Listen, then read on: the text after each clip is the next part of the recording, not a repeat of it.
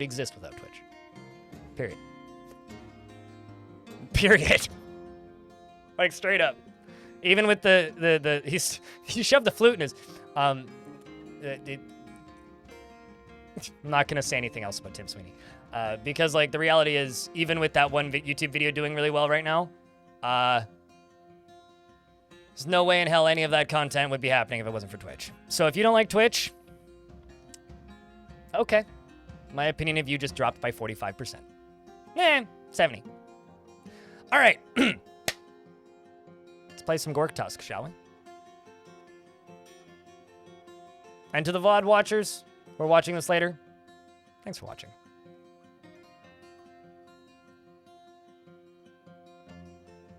Calling it absolutely terrible but also fantastic in the same sentence is a bit of an oxymoron. From a creator's perspective, it's the only, like, decent platform to make content on in a live context.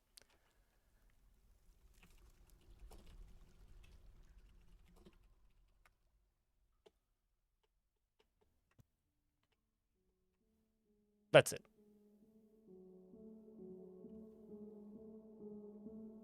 It's the only decent platform. Every other platform is either mired in awful ethical issues or discoverability problems. Twitch is the only good platform when it comes to actually making live content. Unless your job is to take your shirt off, in which case then have fun on live, Jasmine.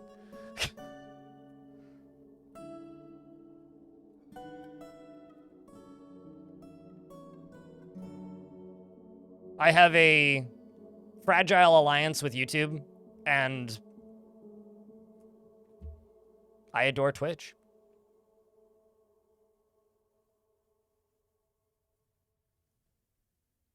And YouTube, for me, my fragile alliance gets more fragile every year as they become more like TikTok, because it's like, all right, well, if you actually like my content, you know, instead of worrying about whether I'm on YouTube or Twitch, go subscribe to my newsletter right here. My newsletter. BlindIRL.com, BLINDIRL.com. You'll get a weekly update on what I do, and if you give me a couple bucks a month, you will get access to the paid posts, which some of these are. I post about my hobbies. I post about things I'm working on. I post about things I'm working on, stats for people who give me money, and also just write-ups on what's going on in the week.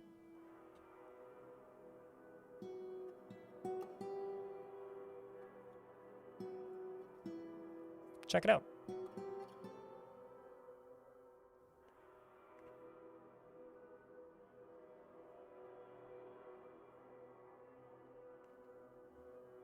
Sounds like you need a bigger brain fridge then, Eric. Because they're not that hot. Come on.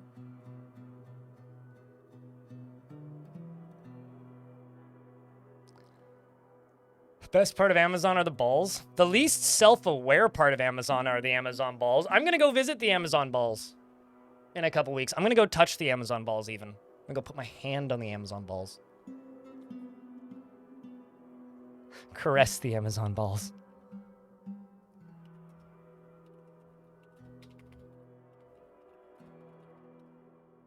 You heard me. Wikipedia, the Amazon spheres.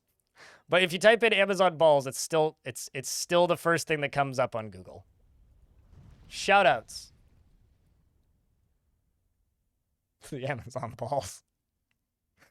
Anyway, what was I doing? Right, playing video games. Okay, so now that I'm undistracted again, I think this is where we just dropped the goblin into the lava sea. You work near those balls? Want to hang out when I'm at PAX? I don't know. You don't have to, but I will be at PAX for a few days. Suck my sphere.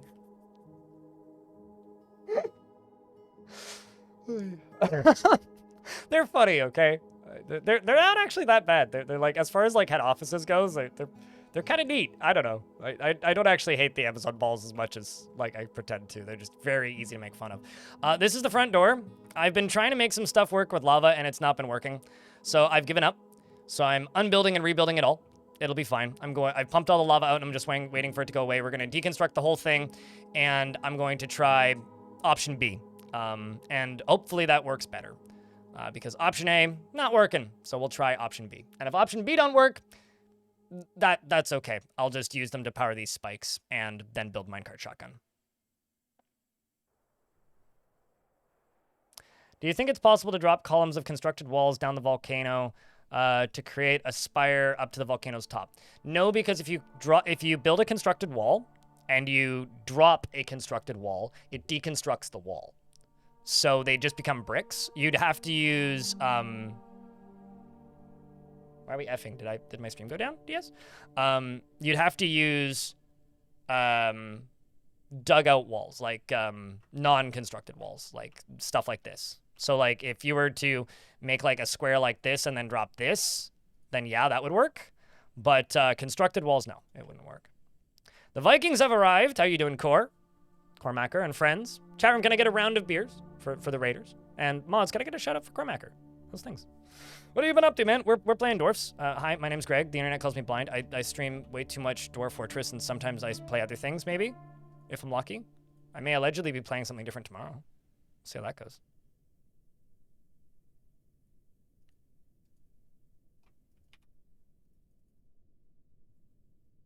Allegedly.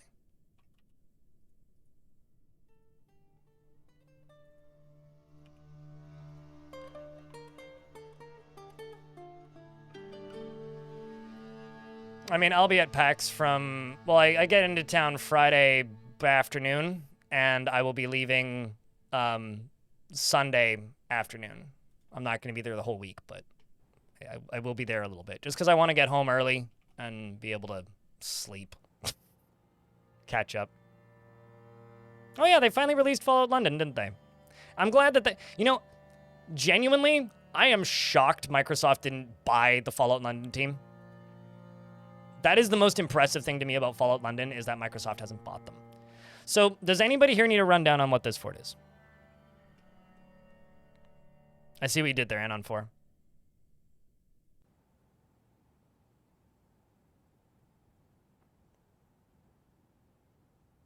You know, cat and mouse, when people say that stuff about Twitch chat and YouTube chat and all that, I generally just confirm in my brain that, oh, you've only watched the shittiest possible people, and that kind of sucks for them. So far, the only chat that I've had that has been painful to read in the last 6 months is YouTube chat, not Twitch chat. And that's just because I don't pay as much attention to it, so it gets a little haywire and sticky in there sometimes. New player here. How the hell do you get your cats to stop leaving dead vermin in your stockpile? Don't have cats. Cats just do that. That's like asking, I have a pet cat. How do I get it to stop bringing dead animals home? Don't have cats. Or you could burrow them, or put them in a pasture.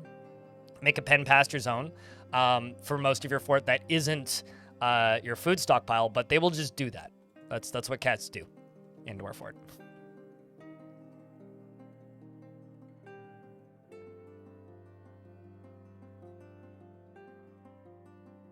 No, I'm surprised that Microsoft didn't buy them. Like, what? Oh, okay, so Microsoft owns Bethesda, right? Who is a very, very slow to produce video game studio who also recently unionized, I think?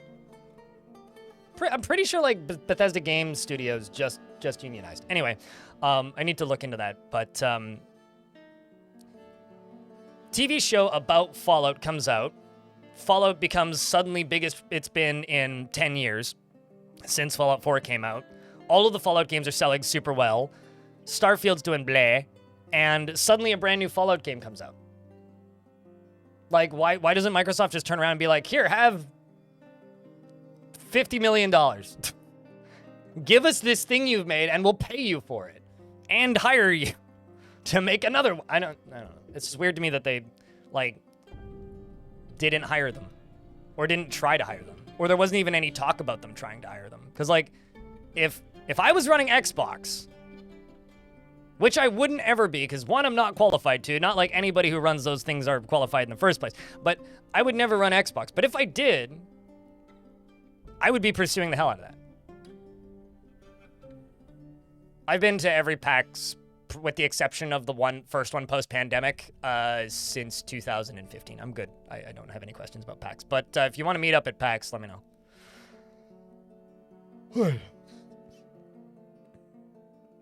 It's a threat to Bethesda probs. They don't want to lose Bethesda. But Bethesda has hired other people to make games based on their IPs before. Fallout Shelter wasn't made by Bethesda in-house. Fallout 76 wasn't made by Bethesda in-house. New Vegas wasn't made by Bethesda in-house. Why is that a threat to Bethesda? Bethesda's working on, like, Elder Scrolls next. What's wrong with a spin-off standalone expansion pack? How is that a threat to them? What?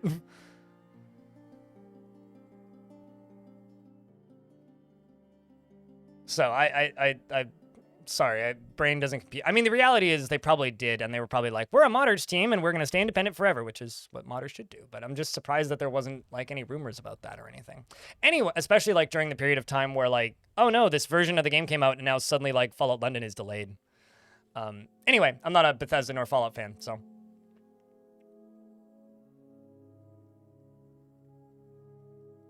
No, totally. Ark the Great. But, like, here's an example of this. Black Mesa. Counter-Strike. Both made by mod teams. Originally.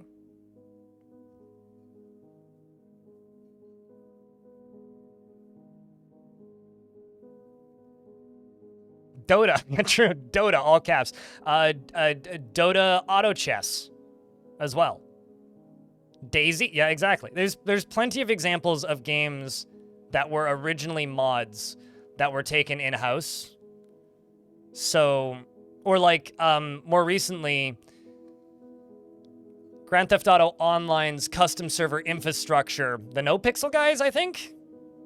I could be wrong on that, but the private server infrastructure, open source crew, mod crew for Grand Theft Auto, they're all working at Rockstar now.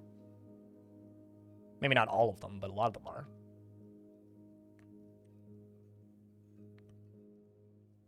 Before the Battle Royale boom? Back in my day. Yeah. Factorio team hired the creator of the space exploration to work on 2.0. Yeah, there you go.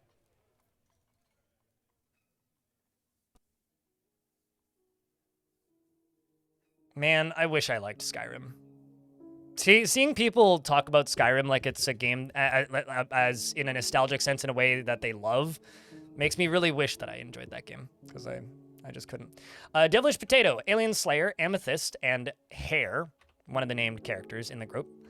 Bastet, Belly Television, Bonesaw, Budgie, and Celastaris, and Bumfire, as well as Corvius Suede, Cow, and Darius Cardin, Dominok, and Dulcan, and Elfie Bean, and Ermaluck, and Flaxert, and Gazoom, as well as Glass Half Empty, Grandpa, Him Go Fast, and Hunter Meyer. I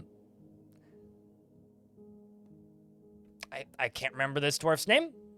So something interesting happened yesterday, which was I was raiding a goblin site, and this goblin site had a bunch of prisoners that weren't listed, which means they were from previous forts that I've run, that are not part of my faction, and were in my old forts, and they got kidnapped there. And they all came from Spirit Home. This is one of them. Ildari of Karelia, Quake Jewels, the Ardent Rampart of Cresting. And I've called them Outsiders as their role, because this is a cult fort. The servants of Ugath are folks that are either directly related to somebody who is part of the proper religion, or the denomination of... I can't remember what it is, actually. It's the proper religion that worship the god Ugath. And then so they're connected to directly, or they've left their previous religion, or they worship them but are not part of a religion. And then there's the disciples, who are a part of the Dead Communion, which is the proper religion. That's the name of it, the Dead Communion. And then the outsiders are basically people that have asked for the opportunity to stay here, but they're never going to get to pray, and they're never going to get a bedroom. Today we're going to work on actually like splitting up the population. I tried to do that yesterday, but I just ran out of time. The stream got too long. So let's continue going through the list of people down here. So we've got Ilmirin, Indiridius, and its Golem, as well as Jam, and Kokoroko, and Kyokyo Doka.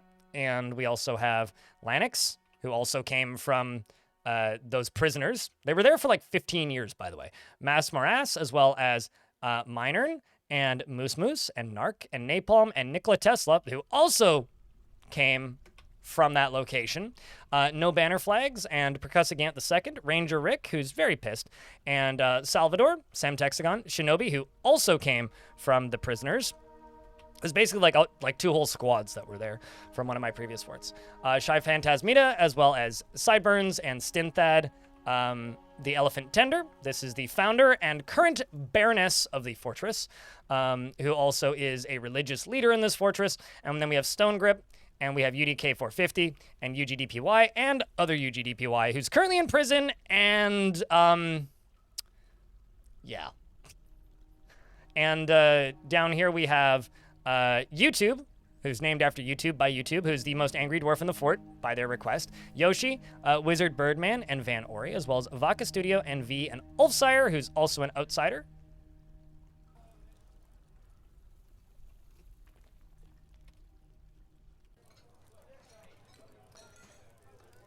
And that's the fort currently. And that's the fort. Is your dwarf dead yet? I think I just answered that question. You loved it, yes, but also in a pants test, you're aware of the nostalgia syndrome. Yeah, I wish I liked... I was mixed on Skyrim when it came out, and as time has gone on, I've disliked it more slowly. But I'm glad that people like it as much as they do. Being an outsider? Oh, yeah. So my plan for this fort is people who are not part of the correct religion are going to be expelled. But instead of being expelled into the wilderness, they're going to be expelled to one of these two dwarven pits that we've conquered. We've conquered two separate dwarven pits. And so when dwarves arrive, now, if they're not part of the correct religion, they are expelled to these locations. The dwarves in my fort that are not part of the correct religion are being used to conquer these dwarven pits, to conquer these goblin pits, and make them into dwarven pits.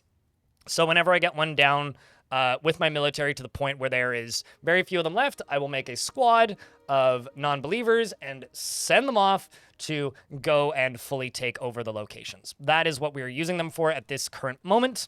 And we are also slowly building a contraption to drop people into lava in the volcano, which is, great, and everybody loves it. It's good. It's a real good time. And I'm also slowly constructing this. This is... Well, it is already a temple complex for the Putrid Temple, but my goal is to make this into a secondary fortress that's above ground so all of the loyalists can go live here. All the while, I'm building death contraptions for the front door. Hi, JJ. Hope you're doing well.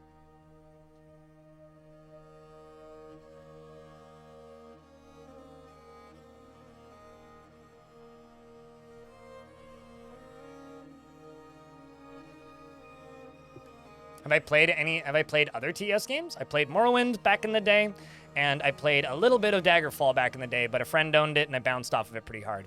I loved Morrowind, and I also played a good chunk of Oblivion, but I played a good chunk of Oblivion on my friend's Xbox, and I thought it was kind of awful when I played Oblivion. But you also have to remember that when I played Oblivion, you need to look at the same games that were out on the PC at the time, and the games that I was probably playing at the time, and the games I was into were pretty different than Oblivion. I mean, I was more of a Civ kid.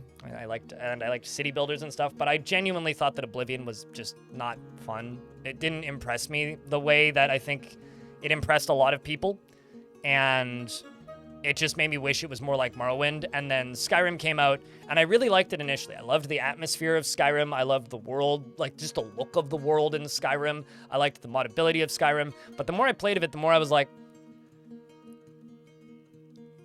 I'm saying this ain't all that. Like this is just kind of bland. Like there really isn't much here. For me, Skyrim is like a big empty nothing box that is exceptionally moddable, which is very powerful and can be awesome, right? In the hands of the right people, in the hands of the right modders, in the right situation. But I modded the heck out of it and enjoyed it and played it for like 60 hours. And then my older sister played an additional like 100 hours on my computer. So I have like 120 hours in Skyrim. When did I last launch Skyrim? Let's just look at Steam. I last launched Skyrim in August 6, 2012, and I'm not sure if that was me or my sister. And I can safely say I will never play Skyrim again. It's just...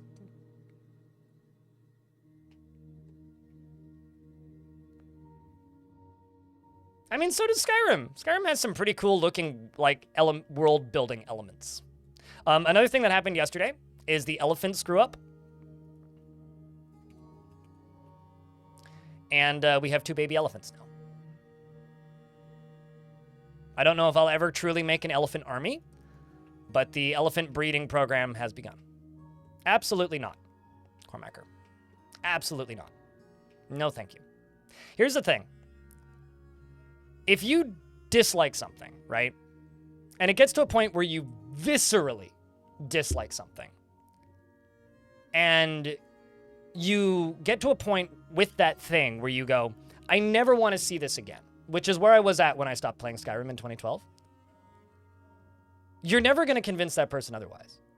And all that's saying, and all that feeling of that need that people have on the internet to just be like, try this. Do you really think that's going to change their mind? Because do you really think people haven't said that before? Right? Like, it doesn't fucking matter how much you mod a game. It doesn't matter how much you adjust a game. It doesn't matter how much you change a game or update a game if the bones of the game are the thing that you don't like. I don't like the bones of Skyrim. You could put the best writing, the best level design, and the best story and the best world into those mechanics, and I still wouldn't like it. It's the same reason I don't like playing Minecraft. Even after the combat update, I just don't like the bones of the game, the way the game feels to play.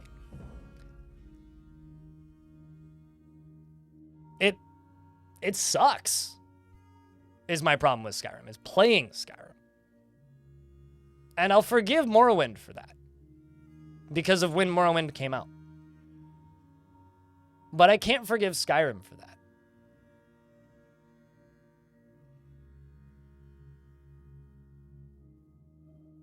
It's never going to happen. But I do hope for people who love those games, genuinely, and for people who love Bethesda, I genuinely hope that the next Elder Scrolls game is fantastic. Genuinely. I really want that game to be good. And you know why? Because Bethesda's an important studio. They've been around for a really long... Same reason why I won't play the next Doom. But I really want id Software's next Doom to be good. It's not like I'm sitting here and hoping for them to close or anything. It's just I never want to play a game by them again. Because they're not making games for me. They're making games for a completely different audience. And that's totally fine. All right, so we are in a position now where I guarantee you guys could redeem a dwarf if you want. They've been up the whole time. And also, Tier 2 subscribers, you guys can nominate people to be dwarves if you want. But scrolling through here, we do actually have a strange mood going. That's what I thought. Just want to make sure that you have everything that you need. You have copper bars, rough onyx opals, bloodthorn logs, and microcline. What else do you need? Bones? Bet you it's bones. Bet you it's bones. Rough gems, okay. Got that. Forest, okay. Okay, you need wood and bones. Wood and bones. Cut gems. Oh, it could be cut gems.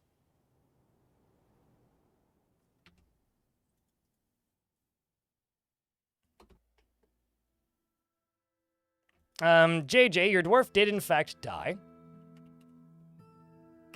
So, what kind of dwarf do you want? I agree, Pla. Also, Travenoid, you know what's crazy? I was attacking a goblin location. A goblin-owned dwarven fortress, right?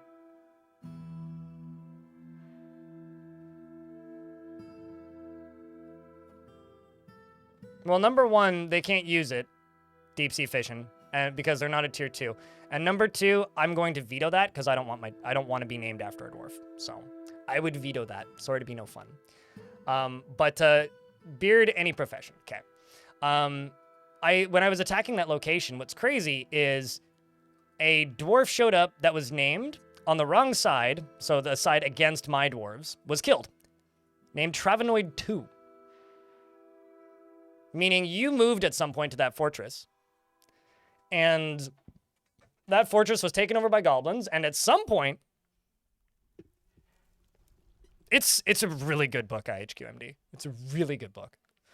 And at some point, you were killed by my dwarves in a dwarven fortress that was owned and taken over by goblins fighting on the side of the goblins. Am I going to try the new Civ? Probably not. I don't think I would. I don't think I'm going to play another Civ unless, like, I don't know. I would have to be in a real strange mood to attempt to stream another Civ game.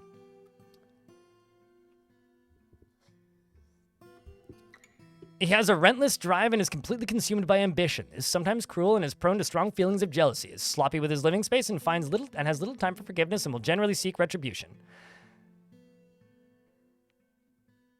So Deep Sea Fishing in Twitch chat would like to dwarf Catamas in the YouTube chat. So, see, here's the thing. This is why I don't think I ever want to stream another Civ game, Catamas, because I fucking loved Civ 6 or Civ 5, Civ 5 and Civ 6 and Civ 3 and Civ 2. I loved the last Civ game. Absolutely loved it. I thought it was fantastic, and that's why I'll never stream another Civ game. Because I'm tired of Civ fans. Anyway, you guys can vote yes or no. So simply write the word yes or the word no, or use the emotes while I read this description. Is completely consumed by ambition, is sometimes cruel, is prone to strong feelings of jealousy, and is sloppy with his living space, and has little time for forgiveness, will generally seek retribution. He is often cheerful and does not easily hate or develop negative feelings, and he can sometimes act without deliberation. He takes offered help and gifts without feeling particularly grateful, and he has a calm demeanor. He enjoys the company of others and occasionally overindulges, and is troubled by this because he values self-control, and occasionally overindulges and is troubled by this because he values self-control. He has a greedy streak, and he is not particularly interested in what others think of him. He laughs in a unique way whenever he's annoyed, and he needs alcohol to get through the working day. He dreams of attaining a rank in society. Oh, interesting.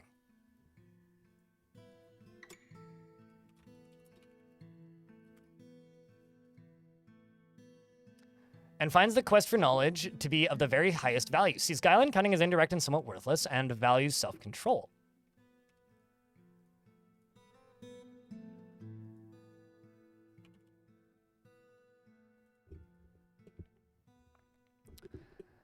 Well, you are now a scholar.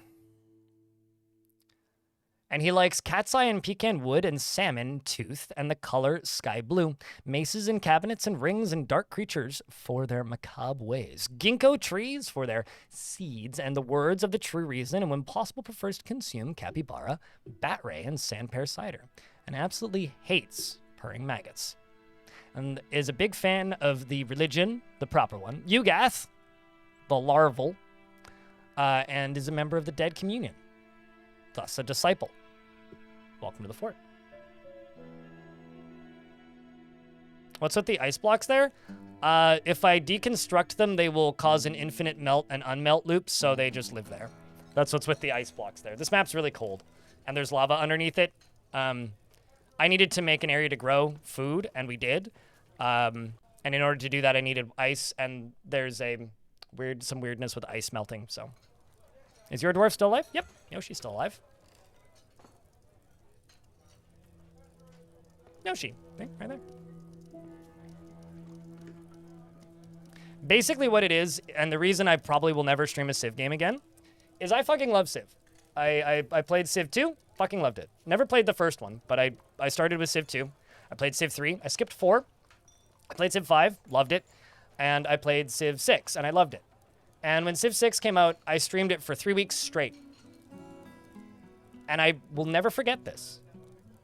One of my longtime subscribers, who still subscribe to the stream to this day, tuned in to day 5 of me streaming Civ 6 and said, hey, Blind, I think you should stop streaming this game because it is the worst content you've ever created. And the only comments I got aside from that was people basically saying, hey, this is boring. Can we play something else? And Civ 6 sucks. Please play Civ 5. I'm sorry. I'm never going to stream a Civ game again. This shit is it's awful. People love the first Civ game that they ever played, and will never like another Civ game. And every Civ game gains its own audience, its own new audience, and there's a little bit of overlap between them, the same people. And then all you get is chastised for playing the new Civ and not playing the previous one, which is better, that everybody else likes more. And you get it's fine from that particular person. It's not rude because I know him really well. And you get chastised from the community of the last game for playing the new game, and everybody else just thinks it's boring as shit. And the reality is, if you are not building your entire community around 4X games, most people just won't watch because they're boring to watch. Like, realistically, they are very boring to watch if it's not what your entire community is built around. And how many, 4X games have I streamed in the last 2 years? I think the last 4X game I tried was Imperator Rome, unless you count, that one Total War game that was free on Epic on day one. Troy. Total War Troy. So unless you count Total War Troy, it was Imperator Rome. And yeah, no, no. Anyway, so Katamas in YouTube chat has been gifted a dwarf by the Twitch chat. So do you want a beard or no beard? That's my question to you, Katamas. Have you tried Stellaris? Didn't like it. Played it for about 6 hours. Can't even remember when that came out. Never going back. I'm good. Any Smith. No beard preferences? I don't care if it's good. I'm never gonna play it again. Remember how earlier today I said fuck Paradox for killing harebrained schemes? Yeah, no. Sorry. If it's published by Paradox, I'm never gonna play it. I am a very, very, very, very... I hold grudges. You kill one of my favorite studios that made one of my favorite games ever? Yeah, fuck you. Paradox is on level with EA games for me now.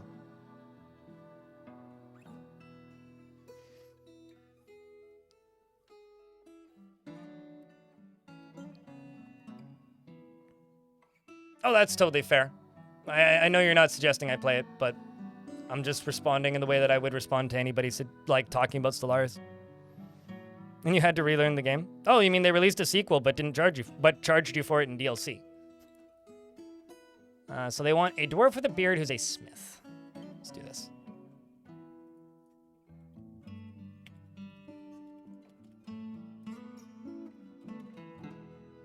And it's nothing against anybody who works at Paradox. I actually have friends that work at Paradox. It's just I can't play Paradox games now. I can't do it. He finds a chaotic mess preferable to the boredom of harmonious living. He is made uncomfortable by differences in culture or appearance. Rarely feels strong cravings or urges, and does not enjoy participating in physical confrontations. He works to square this natural tendency with his respect of martial prowess. And he tends to be a little wasteful. He tends to be a little tight with resources when working on projects. He tends to not reveal personal information and is somewhat fearful in the face of imminent danger. He is quick to form negative views about things and generally acts with a narrow focus on the current activity. He has a tendency to consider ideas and abstractions over practical applications and is somewhat quarrelsome. He is bothered by this since he values friendship. And he stiffens up when he's surprised he needs alcohol to get through the working day, and he is getting used to tragedy. Dreams of crafting a masterwork someday, and deeply respects eloquent speakers and sees life as unfair and doesn't mind it that way. He likes mudstone and trifle pewter, as well as tanzanite and llama wool, warhammers and turkeys for their snood, and adders for their addermen for their warning hisses, and the sight of the silver harvesters, and when possible prefers to consume firefly and pearl mullet beer, and absolutely hates jumping spiders.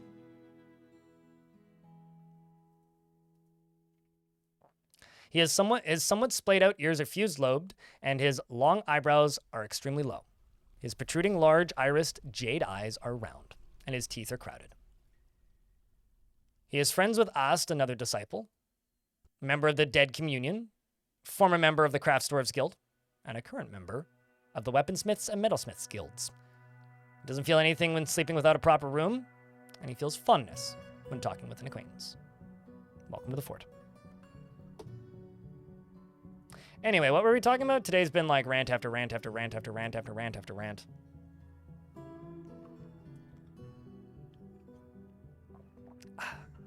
They requested no beard? Wait, did they say no beard?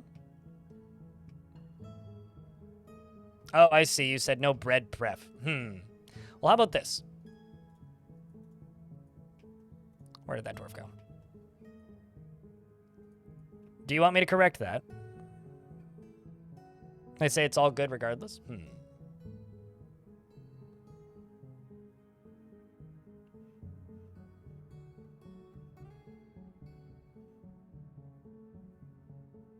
Because I can swap you to a different dwarf.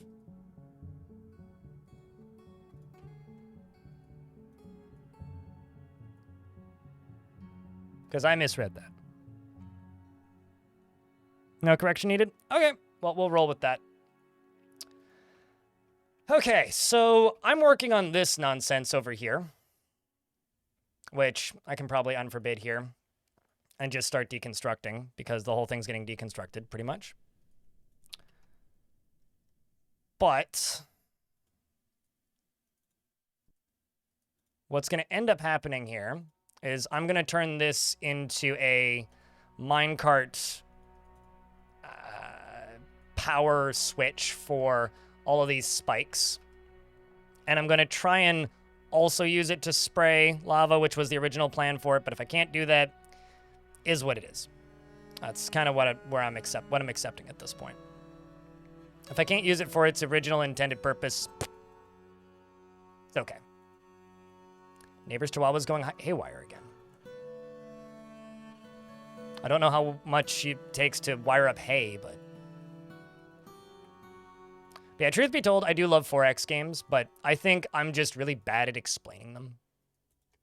And also not that good at them. So, yeah, I don't know. I just have this weird relationship with them these days. Where personally, I really like playing them, but it is very unlikely I will ever play them again. It's a bit of a shame, really. Okay, so all of that is set to be deconstructed. Same with along the top here. Same with along the top here. And these bridges are going to have a lever pulled right here. And I'm going to pull this so that they can still get out. No. Sam, I've answered that 1,000 times on recent streams. There is a null chance. There was a chance they could have come back previously, but no. And the more people ask, the less likely I say it is at this point. Purely because if you remember back when I first started that series, Sam, I stated I didn't want to make that type of content in the first place. It's a type of content that only exists if people submit content, which means it requires a lot of work from an audience. So I'm basically making money directly off of other people's work. So I didn't like making them to begin with. That's the first truth. The second truth is basically by April, after Dwarf Fortress released, I was getting almost no submissions. So they became less frequent. And by the end of my uploads of that series, it was by far the worst performing series on my channel. It performed worse than literally anything else I was doing at the time. It performed worse than the VODs that I was putting up. So I basically stopped. And then they came back briefly for a period of time, and they performed even worse. Even less people watched them. And I tried to change the format for them around the time Adventure Mode initially launched, and same result. Nobody watched them. Or sorry, not the same result. When I tried to reformat them when Adventure Mode launched, the idea was, well, maybe what can work here is I can get people to submit them again, and I'll explore them in Adventure Mode. And I didn't get a single submission. And that's the end of it. It's done. In order for like a format like that to work, people need to be sending stuff in. People stopped sending stuff in a long time ago, and I wish people would get the hint and stop asking. But, you know, I guess I should stop responding. But then if I stop responding, then people keep asking. All right. Olan, the weaponsmith, has created Desrem Katad, a copper short sword, and offers it to the trampled machine. Basically, the simple version is this. The format that they were in was never going to work in the long term. That format is completely dead. Will I show other people's forts on stream or in videos again in the future? I'm not going to say 1,000% no, but it is exceptionally unlikely. And I wish people would stop asking. So let's go along here. And let's jump over to here.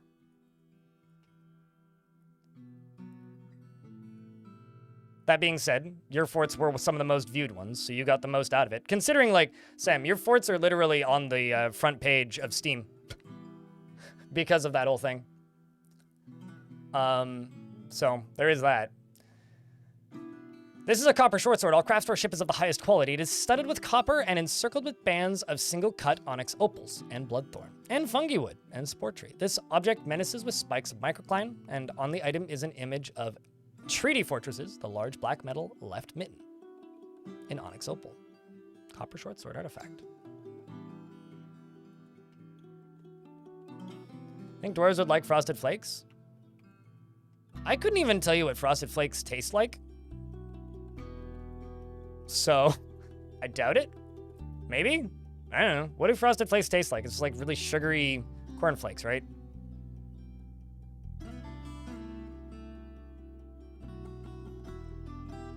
You're slowly watching through these VODs on your own time? Cheers, dude. Well, hello.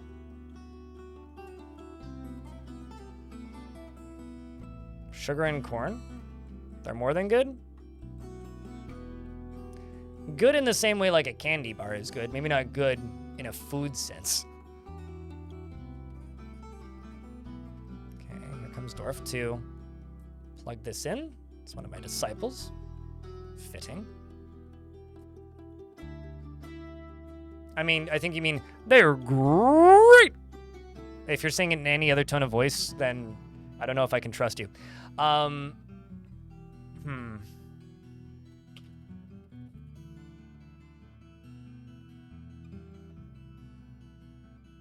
I do remember the marketing for Frosted Flakes. It's bread covered in sugar. It's weird tasting bread then. I think my neighbor is in the office today, and the reason I say that is because her chihuahua is just barking constantly.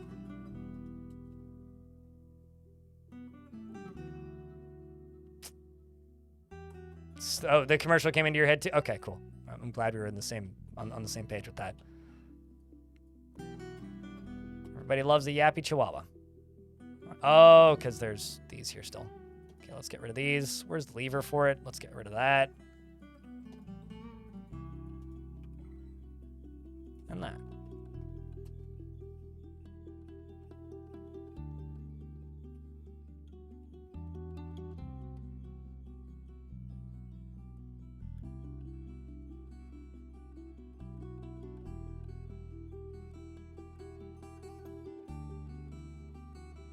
So we're going to go down here now, and I'm going to remove all of these.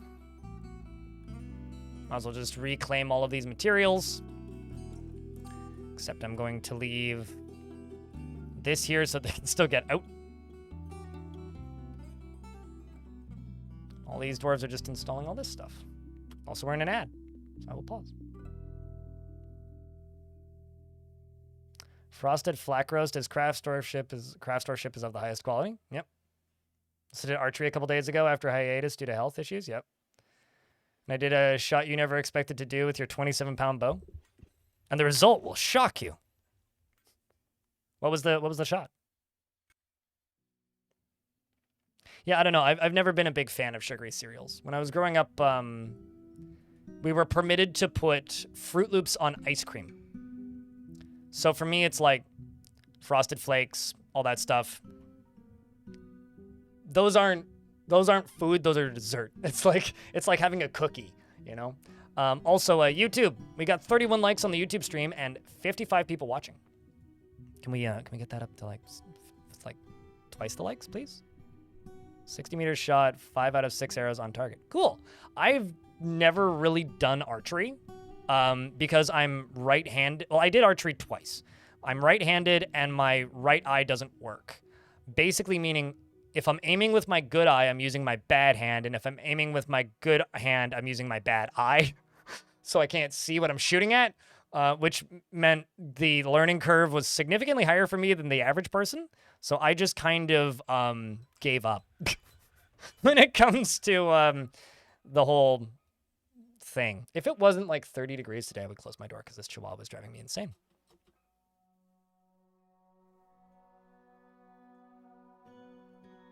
What's this fort cooking up right now? We're a cult. That's about it.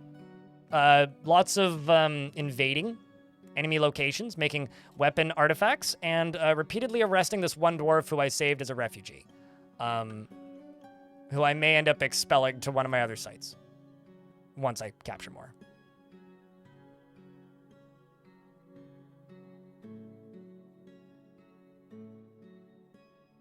But yes, there is a lot of cave dragons, which I stole from the goblins.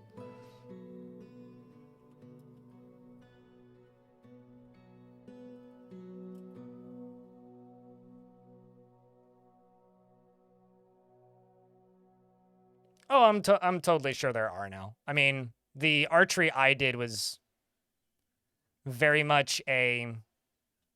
How do I put this? I need to stop this. Wait, what? Oh, that's holding you up. I see what's holding you up. I don't need to stop this. I have very little interest in doing archery again. It's not something that, like, ever really interested me even back in the day. It was just kind of an activity that we did as kids, you know?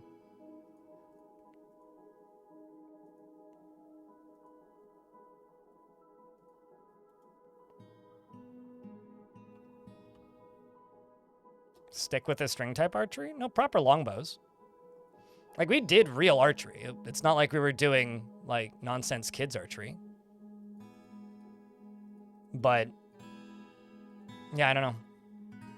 Has anybody here ever heard the band The Arrogant Worms? It's not something I will ever have anything intelligent or real interest in. Anything intelligent to say about it or any real interest in. I'll put it that way. Has anybody here ever heard of the Canadian treasure, the band The Arrogant Worms? Because they have a song called I'm Gonna Kill the Dog Next Door. And, you know, I like this dog. She's a nice dog. I would never hurt her. She's a lovely little stupid Muppet.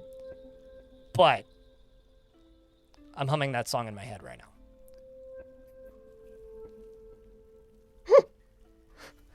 Gonna kill the dog next door. Ain't gonna bark anymore.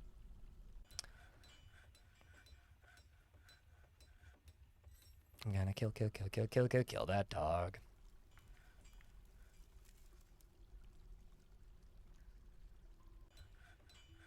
No, it wouldn't be great. I'd be horrified. But if it stopped barking, that would be nice. Like, genuinely, I don't want anything bad to happen to that dog. But I would like it to please stop barking. Hopefully, Chica falls asleep at some point. Is this dwarf stuck back here? You're constructing something, apparently? What are you constructing? I think these dwarves are stuck, chat. Yep, they are, in fact, stuck.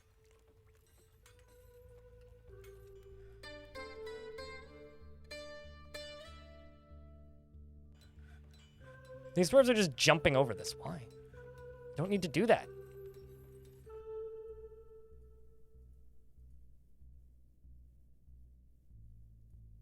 Also got a dwarf that just fell asleep over here.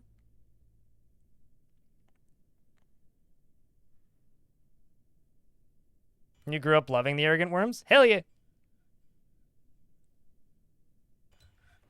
YouTube chat knows what's up in this instance.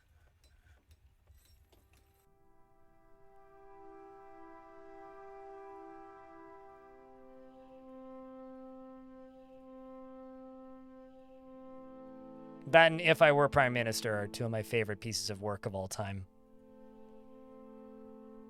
Actually, they have a bunch of songs that are some of my favorite pieces of work of all time. In this universe, it certainly isn't. Dwarves don't have OSHA. The concept of OSHA for dwarves is just hysterical to me. Whenever people are just like, oh man, somebody call or OSHA wouldn't like this. It's like, well, OSHA doesn't exist in this world that I generated for these dwarves. I had the option. I could have generated OSHA, but I didn't. So because there's no workplace safety here, it doesn't matter what OSHA would think.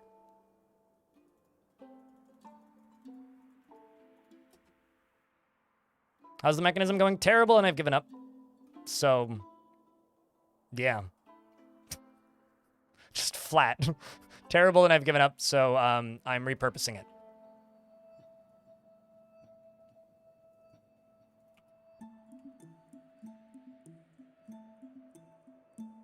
Which is fine. I got something I can repurpose it for very easily.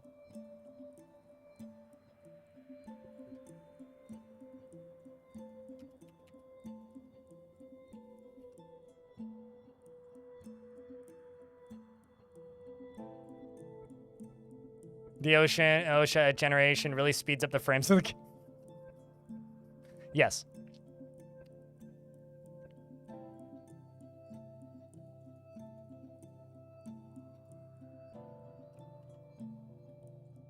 Okay, let's do this and that.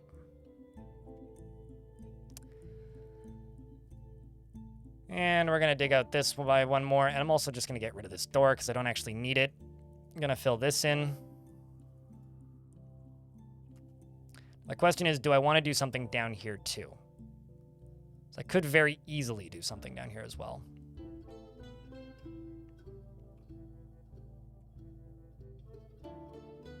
Might as well also get rid of this.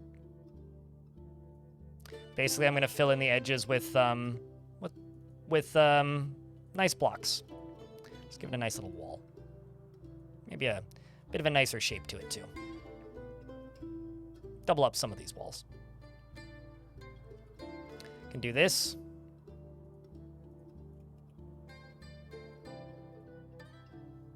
I'm also not even going to need it to go that fast. But essentially what I'm going to do is I'm going to hook this up to the spikes. So I've got spikes up here.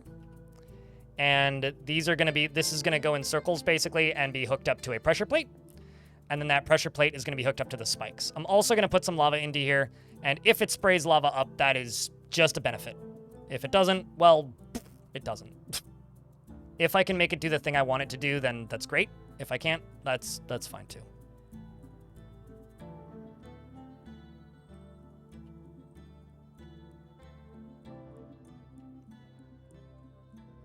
Oh my god. Well, the Halcyon podcast has been dead for a while. We are no longer making episodes of that thing. For a variety of reasons. Which is unfortunate, but it is what it is.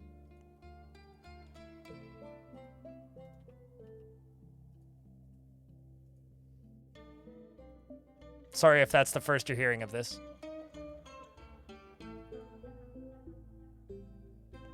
Reminds you of your favorite trap corridor. It's just a bunch of weapon traps on a long snaking path above one tile of lava sea. Yeah, that's quite the classic.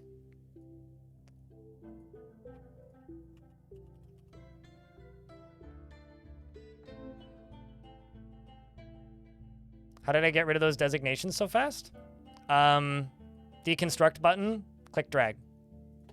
And then it sets everything underneath them, like everything that's constructed to be deconstructed, so you just erase them with the erase tool.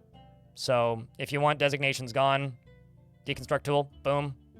Erase tool, boom. Done. Then I do actually need to deconstruct that. And then, you know, redesignate, done. Very simple.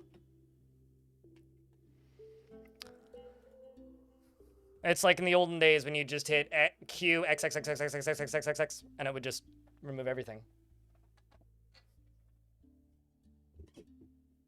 It doesn't matter if it's lava safe when it's constructed. It only matters if it's lava safe when it's a mechanism, basically. When it's a moving construction.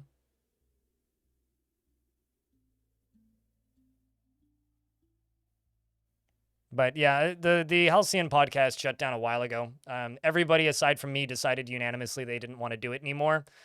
And I was not thrilled about it. And I'm still not thrilled about it. It's kind of a sore spot for me. Because it was really my pet project.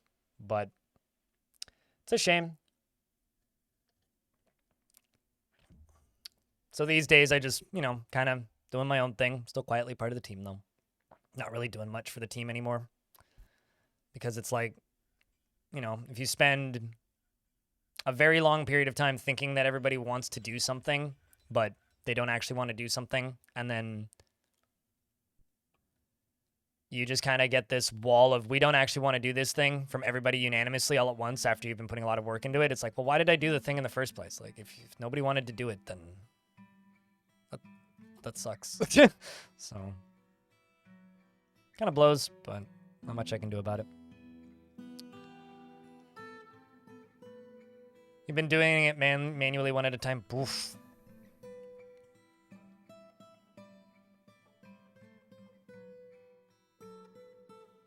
So no pausing is not possible in Dwarf Fortress. And if you're asking me, have you thought about doing a challenge run in the YouTube chat? Do you watch any of my streams? Because they're all themed. Challenges don't really exist in Dwarf Fortress. If my last fortress wasn't a challenge, then I don't know what is. No pausing isn't possible really in Dwarf Fortress. And no, I wouldn't do no pausing, because for me, the idea of a lot of those challenge runs that nonsense streamers who make games worse to play like to do is just, hey, I'm going to make the game as unpleasant for myself as possible, right? And do you genuinely think it would be fun to watch me be in the worst mood possible for 2 weeks? Because that's what it would do, really. Or it would just end really quickly. I do themed runs all the time, though. I mean, I'm planning on doing the only digging I'm allowed to do is ramps playthrough again. And I'd also like to do another no digging run, because it's been a bit. But, like, would I do a no pause run? Absolutely not, because I like enjoying video games. I know this might be a shocker, but I do, in fact, enjoy playing video games.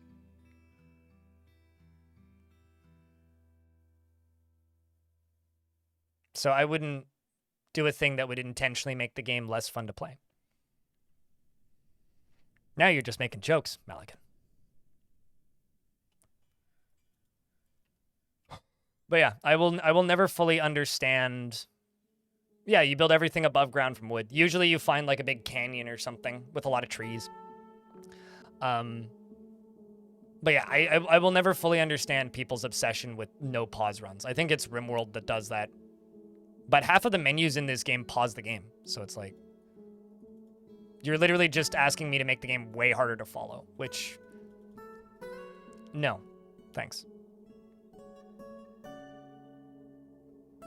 You only just started watching DF, so thanks. The themes, though, mainly have been watching Machine Water Run. Machine Waters is just a, like, kind of a mega project I never finished.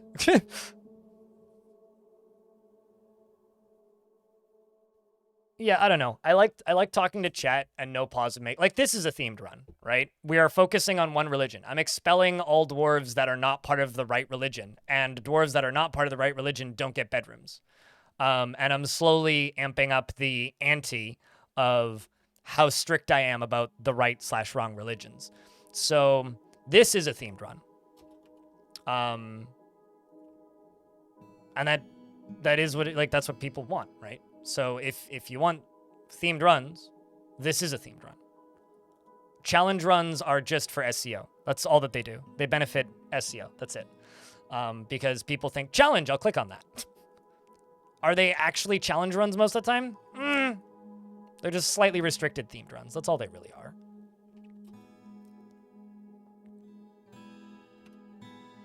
I think no pause would be viable in DF. And you want to know how you'd do it, Deadly Jive? You'd make the frame rate way lower. Like, I run the game at like 70 frames a second, right? In the settings, you can just set it to whatever you want. I would probably set the frames down to 20 if I were to do no pause. But that wouldn't be super fun to watch, I don't think. This game doesn't, like, if you try and play this game like an RTS, it's never going to play well as an RTS. So the goblins have arrived and are seeking a parley. The Deceiver of Depressions have returned. We can try out our military for real this time.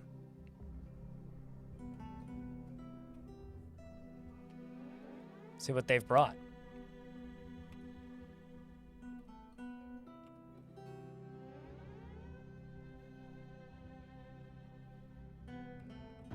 I think like what people identify as challenge runs usually are runs that force you to use a mechanic that you're not used to using, right? And Dwarf Fortress is a game about forcing you to use mechanics that you're not used to using, because that is the interest in it. And like for me, a challenge run is more just a matter of testing my patience, less of a matter of actually interesting gameplay. Or like a massive waste of time. Like another challenge run, which isn't a challenge, that people seem to think that would be interesting to watch is Global Domination. Well, do you want to see me stare at menus of just like attack, attack, attack, attack, attack all the time? Because that's all it would be, is like I would, instead of having 120 dwarves, I'd have 10 squads and I'd just be sending them out all the time, grinding them down. And eventually nobody would trade with us anymore. Nobody would attack us anymore. Everybody would run out of armies and soldiers, and shit would get real boring. So, yeah, I don't know. It's like, okay. All right, so we are at this point now where they've all appeared on the map. It looks like it's just goblins and beak dogs. Let's peek through these goblins. Is anybody noteworthy? I think what I should do here is just let them attack. Just get all the dwarves inside. And I'm going to do this. Type in Ugath. And add everybody to this burrow. And the followers of Ugath are not going to be in this burrow.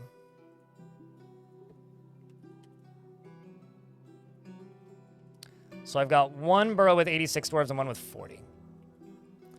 And I'm going to go into these burrows and I'm going to adjust them slightly. So the non-loyalists are going to be the ones that are going to have to clean up the bodies. That's how we're going to do this.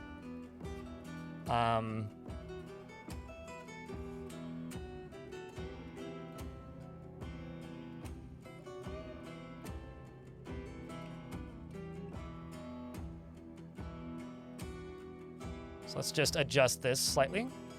So that's a race.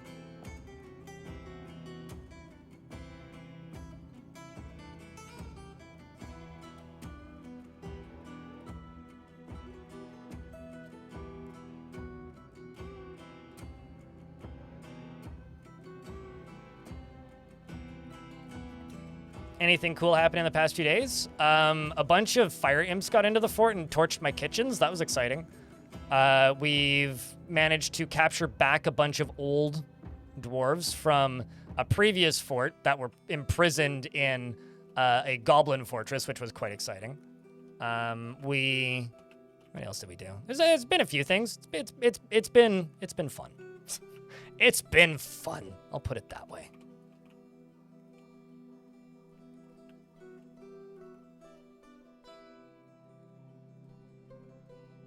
What else has happened? We've taken over a few locations. We've stolen more dragons. The elephants grew up. I'm trying to run through any other... Chat, am I missing anything noteworthy? I probably am.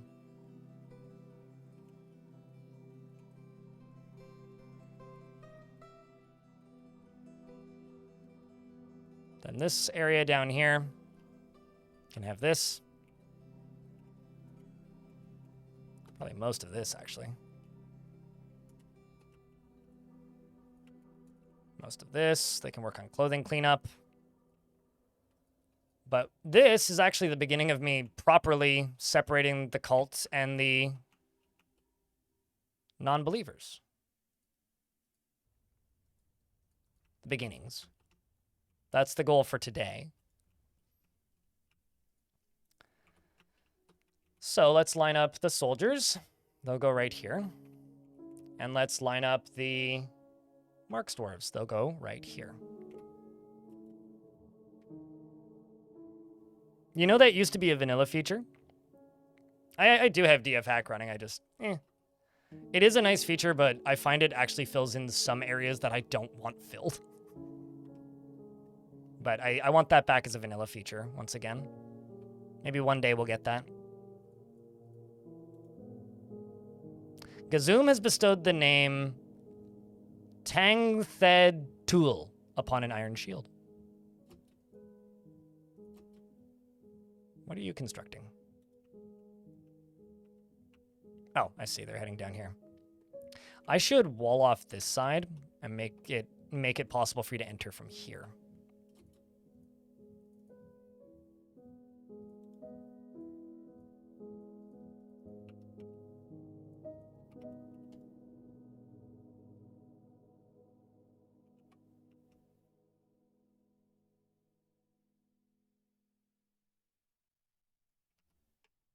Yeah, there we go.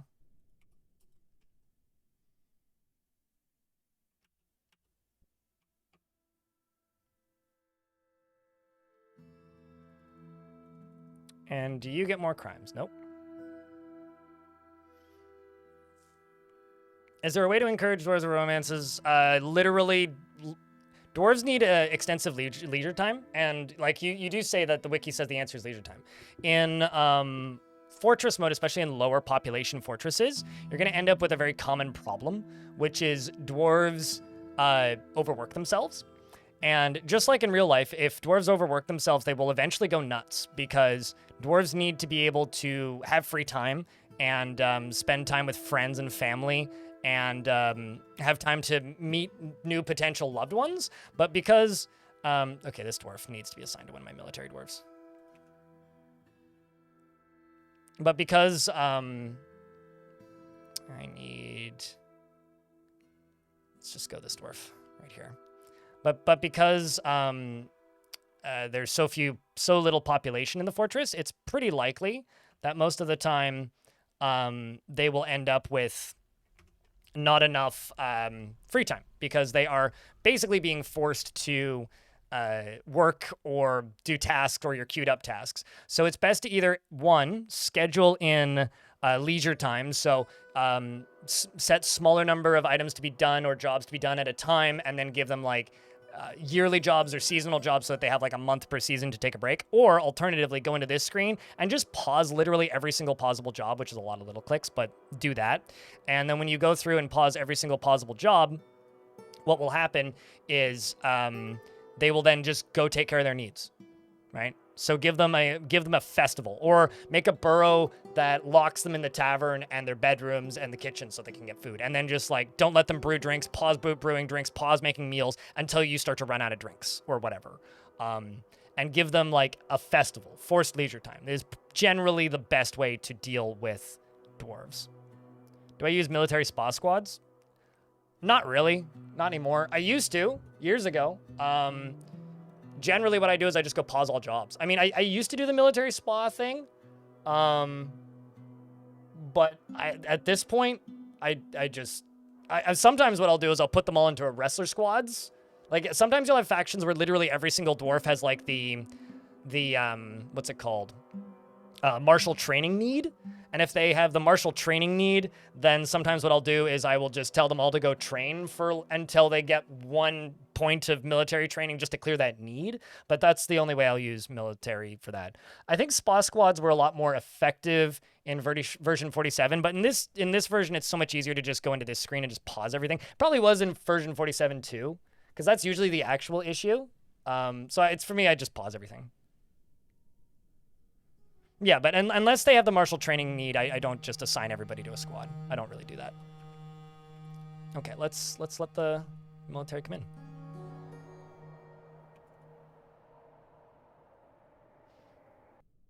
So what we'll end up doing in the future probably is just chaining up a dragon here so that these spikes can work, and then we'll turn off the spikes when they are dying to them and then send the dwarves into fight. That's probably what we'll end up doing. I'm sure these dwarves all have bolts. Yep, they do. Here come the looks, and they're walking directly over top of where my spikes are, so this will be very effective next time. And the volley of bolts. Chat, can I get a Vile Force of Darkness in the chat, please?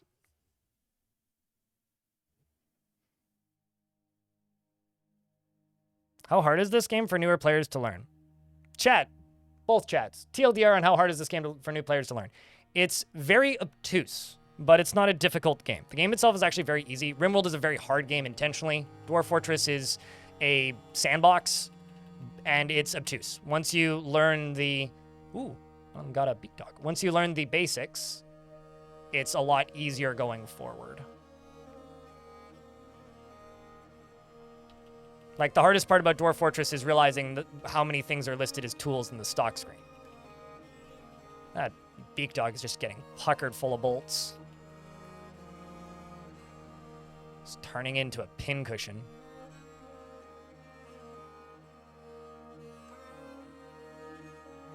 Two of them have died. This goblin is dropping all of his stuff. Here comes the actual army. Some white dwarves appear. Oh, wow, they actually took out a goblin. I'm always mildly impressed when they do that.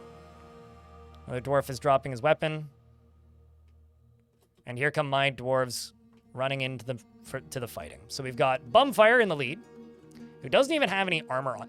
Dude is literally shirtless, has one sock on, a silver warhammer, an iron shield, and a iron breastplate. Bumfire indeed. Let's go, bud. Bumfire running straight forward and appears to be doing what exactly? I'm gonna shut the camera off so you guys can see easier. Bumfire bashes the goblin lasher in the left ear with his silver warhammer, and the injured part explodes, tearing the fat. We're finding things on the stockpile menu? Sure, yeah. There are so many. You know, I'm actually curious. We're going to use DF hack for a second. How many are there? Because I don't think there's that many. There's 119 goblins and 100... Okay, so there's 120 goblins and 120 beak dogs. Yeah, that's about as many as you can have. I don't personally think it's that many, but... The first few goblins are definitely sending a message of fear into the other goblins, for this goblin is getting slashed by a swordmaster in the left hand with her iron scimitar. And severed parts sails off in an arc. Who has a scimitar?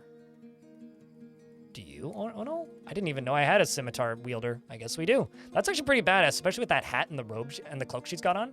Should probably make her a new cloak, because it looks like she's earning one. Are you, oh. You worship the wrong god. That's a shame. Charging through. Dwarves are continuing to fight with walls of viscera. Bolts are continuing to fly out in volleys. Which squad is this? This is Dulkan. This is the Bloody Tusks. I think I need to move the Bloody Tusks up because there's a bunch of dwarves still back here, so I'm just going to send these two squads up to here so that the less enthusiastic ones can come in as backup in a moment. There is Momaz, the militia commander, who is wielding a lead warhammer, which is an artifact. I do see one of my dwarves has dropped their warhammer, so somebody's taking injuries. I'm not sure who. That or a goblin simply had one.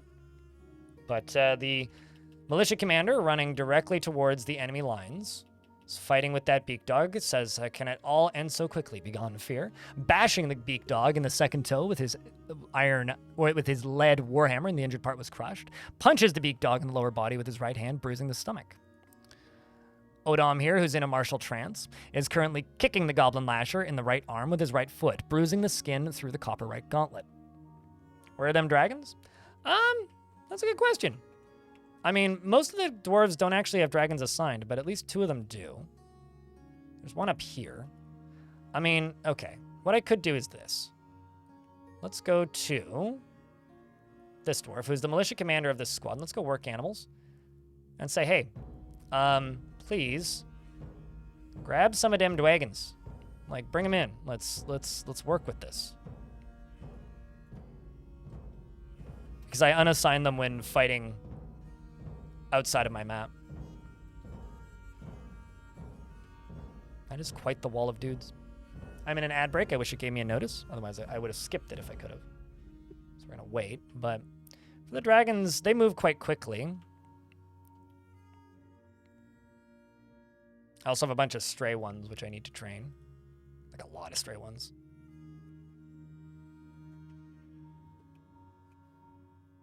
Oh, there's one.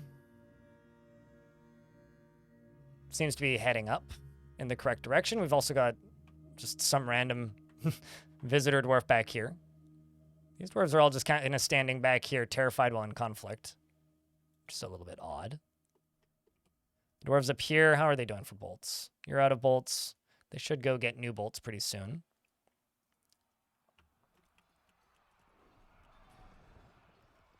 It's not a far walk for them to go get more bolts, but it is in the burrow too. And I'm also going to drop down to here and just claim all of these because there's a bunch of bolts there and there. Will it be the end? I'd be pretty surprised if this is the end. These are mostly legendary hammer dwarves. It is possible we could get some casualties, but I don't think it'll be the end. Like, just skimming through them, most of them are either High Master or Legendary.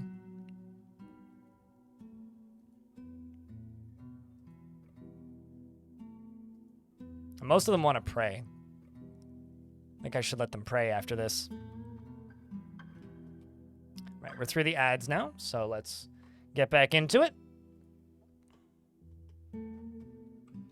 Moving the game up by a few turns. Just kind of spotting dwarves to follow. Got Vukar, the Hammerlord, who's in a martial trance. Hammerlord stands up and then shaking the goblin around by the tongue. Wait, what? Okay, so this dwarf bites the goblin in the tongue, yes, and is then shaking the goblin around by the tongue. And their tongue sails off in an arc. And the tongue remains ripped away in the Hammerlord's grip. So the Hammerlord is biting the goblin's tongue and still has the goblin's tongue in her mouth.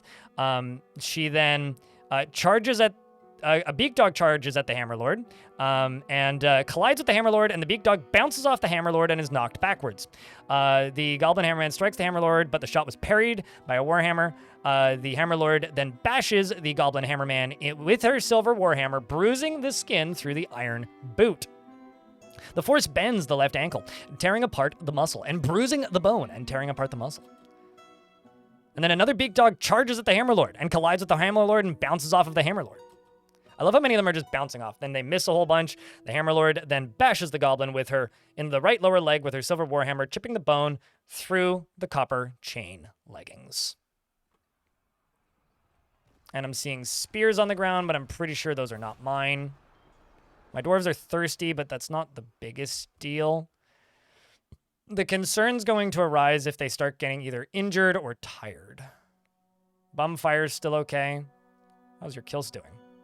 3 notable, 8 others. Currently, Bumfire is punching the Goblin Hammerman. Nice. Why are you punching him? You literally have a hammer in your hand. Like, you have a hammer and a shield. Why are you punching him? Vukar, the Hammerlord over here, is bashing the Goblin in the right leg with a Warhammer, bruising the muscle, biting the Goblin Lasher in the left ear. The severed part sails off in an arc, bashes the Goblin Lasher in the head, fracturing the skull, bending the neck, tearing apart the fat, bruising the muscle, and tearing apart the upper spine's nervous tissue. I think we're okay here. Tiredness will take its toll if you are a squirrel strangler. Except if you're the squirrel strangler, yes, or the blockade. But, I mean, these goblins are also largely getting softened up by the Marks dwarves at the back. I don't see any injured dwarves just yet. But yes, tiredness will in fact take its toll eventually. See, like, this is a concern, but she's still in a martial trance. The beak dog looks sick, scratches the beak dog, tearing the muscle. Let's just unpause for a little bit. Let's see if things start to go south. We've got another dwarf over here, Datan, who's in a martial trance. Okay, how come... Guys, work with me here. Work with me here. What could be causing this? Let's just set them to training. And then a bolt just flies this way. Run this way.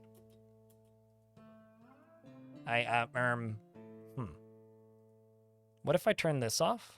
Is it the burrow? Nope. I'm instead just gonna do this. Kill everything. Confirm. Does that make the move? Yeah, I don't know.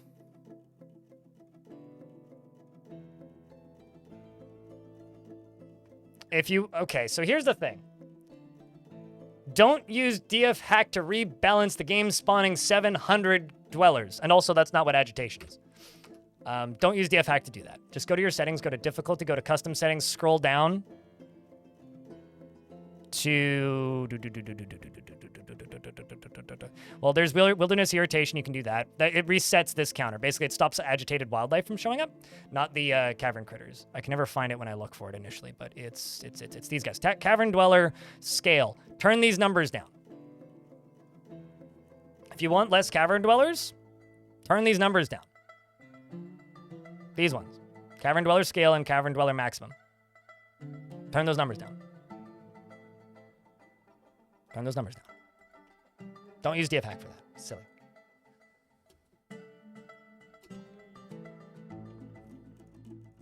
Dwarves are continuing to fight, and we have our first casualty, who's Odom the Hammerlord. I still don't know why these dwarves are just standing here. If anybody has any ideas as to why they're just standing there, I'd love to know. But no, even when I unpause the game, they're not moving, so it's not because the game is paused. I'm also kind of shocked we haven't managed to push them back just yet. I've got Nish in the middle of everything. Catan in the middle of everything. Moma's in the middle of everything. The militia commander, who's killing various. Fighting with everything. Bashing the goblin pikeman in the upper left arm with his lead warhammer. I think we'll follow the militia commander here. The enemies are starting to back off. If you actually look at the back here, they're starting to split. We lost Bumfire and Besmer.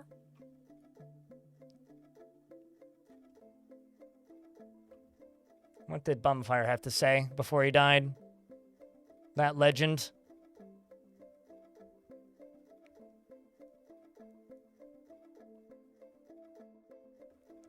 Because dude basically ran into the fight naked.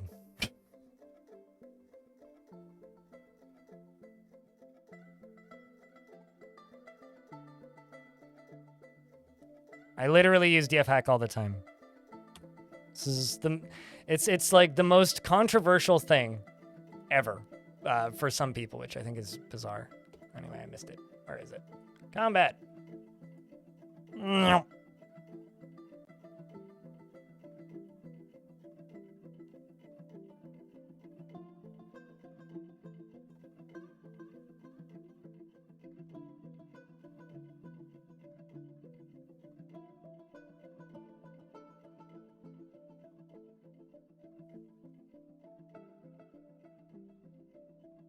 Dalkin Rack, where are you? The day that we get a search function for this screen will be great.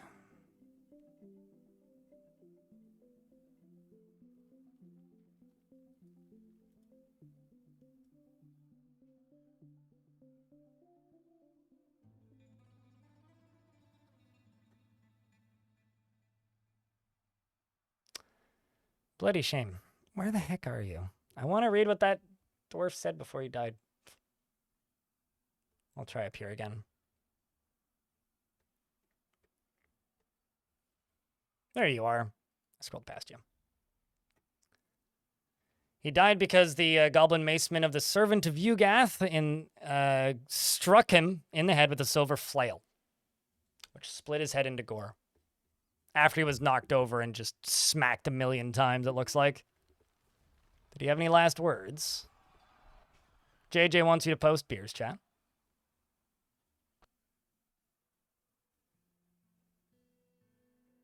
One of thousands, more like, JJ. Ugath bashes the goblin spearman in the left foot with his silver warhammer, bruising the muscle through the iron high boot, was the last thing he did. Most of the dwarves are getting tired. We do still have some martial trances, though, such as Gazoom here. Where's that militia commander? This one. He is overexerted, meaning he probably is not long for this world. Looks like these dwarves have finally decided to start moving towards us, which is good. We also have a war dragon arriving, so we're getting a backup. We'll follow Alien Slayer from the backup. Alien Slayer runs forwards. This is giving us a second wall of martial trances, which is what we needed. Besmer has been found dead. Same with Nish. Onul the Sword Master is exhausted, but still fighting. Catan the Hammerlord looks like they're going to fall soon. Vakar the Hammerlord looks like they're going to fall soon. The extra dwarves from that second wave might actually save us. We've lost the Hammerlord leader, as well as Catan and Datan. So I've lost the squad leader for this squad, which sucks. This squad has lost a few dwarves as well. Are these guys at the back fleeing or not? I can't tell. The dragons are getting into the fighting as well. The War Cave Dragon. The War Cave Dragon is just biting beak dogs in the head, bruising the skulls. Trying to figure out... Okay, here comes some more cave dragons. This one is particularly noteworthy. The Bird of Affliction, having killed many goblins in other locations. This is going to be fun to clean up. Wizard Birdman, who is overexerted, just killed a goblin by striking the goblin spearman in the third finger in the right hand with his shield, which glanced away somehow. And then that probably caused him to bleed out. But he did punch him in the right eyelid, which bruised the skin. I guess he's dropped his hammer. No, it's just he's not wielding it. Maybe his arm got hurt or something. Can't currently wield it. We do have an unconscious winded pale dwarf here on the ground who cannot breathe, probably going to die pretty soon. So rest in peace, Vukar. You were a legendary dwarf, having killed a goblin, plus 16 other goblins. You fought valiantly in defense of Goretusk. It does look like the goblins are beginning to leave, though, like trying to retreat. The dwarves are valiantly holding the line. Ezem has been found dead, servant of Yugath. Dulkan has been found dead, who was a hammerlord. Rest in peace. You were a great dwarf. Who else has been found dead? Jam has been found dead. More of the war dragons have come in to join the fight. The Marks dwarves are continuing to fire bolts, I hope. Wizard Birdman was found dead. Vukar the Hammerlord, who I predicted would die, has now fallen. Over here, Vukar, the other one, is also still bleeding. Toasted here is starting to get tired. Who's still in the fighting? We still have Rovod, who's overexerted. Alien Slayer is bleeding. Oh, no. Don't fall, Alien Slayer. I need you. You were a good dwarf. Man, what do I still have? One dwarf, 3 dwarves left in my military. I guess it's time for us to pull this lever. All hail death and deformity.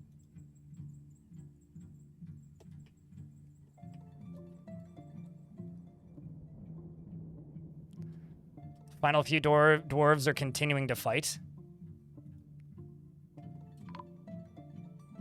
Rovod has fallen. Vukar has fallen. So it's 1 dwarf left. Tosid, who is in a martial trance and exhausted.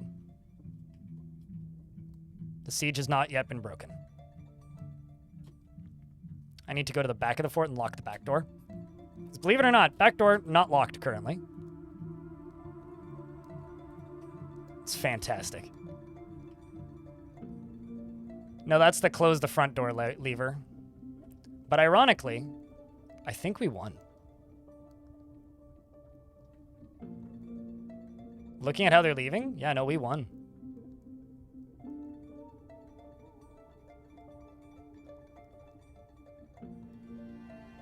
Clearly the problem wasn't my soldiers. Also, we have an enraged Festavus, Sackluster, the cave dragon, who's now dying, but valiantly was able to take out another beak dog, I think. Yep, took out a beak dog. Now, the reason I say that we won, and why I think that this fight was a good thing, even though arguably it went terribly, is that while my military was extremely well trained and very talented and did great things for our fortress, none of them were true believers. Very few of them, in fact, were. And I don't know how this beak dog's corpse got up here, but it did. So there's that.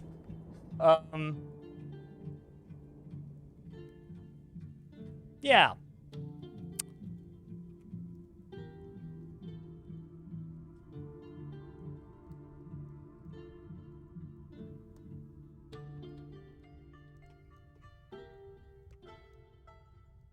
I think it's time to spin up the forges and make some more coffins.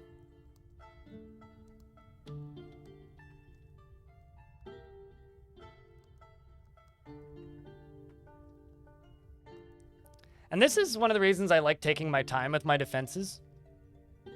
Because I like fights like this. This gives me reason, like legitimate reason, to build a monstrous defense system. Holy shit, that's a lot of teeth.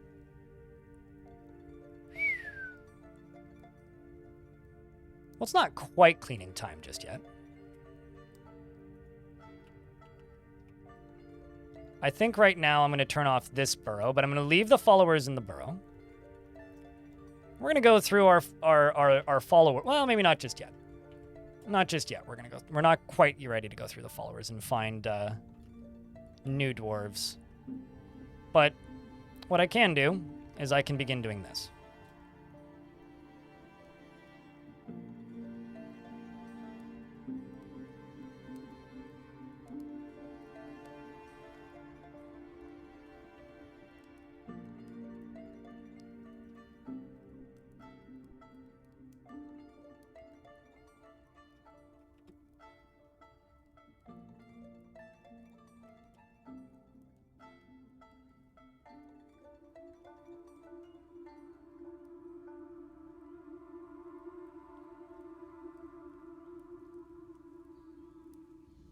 Moods are going to be great for a while? I don't know what you're talking about. We'll get all of those bodies dealt with. It'll be okay. Don't even worry about it. So I know I need 20 coffins, because I lost all of my squads.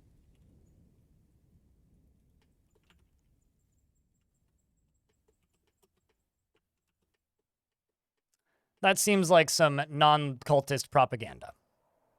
JJ.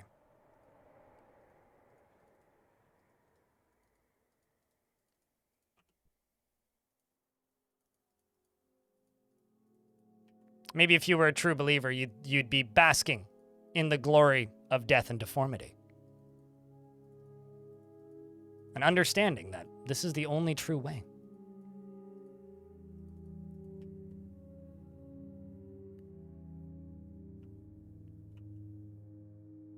Any believer would know that. 1, 2, 3, 4, 5, 6, 7, 8, 9, 10, 11, 12, 13. Okay. How am I going to do another round of tombs? Could do them along... Well, actually, I don't really want to do them along here. Kind of like the lava view tombs. So let's go back here. Go up one.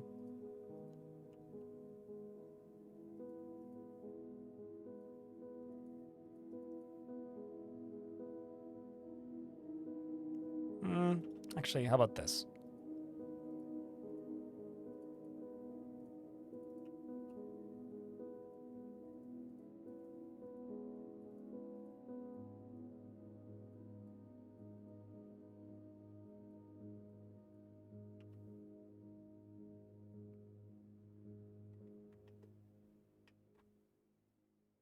Become consumed by themselves? Naturally.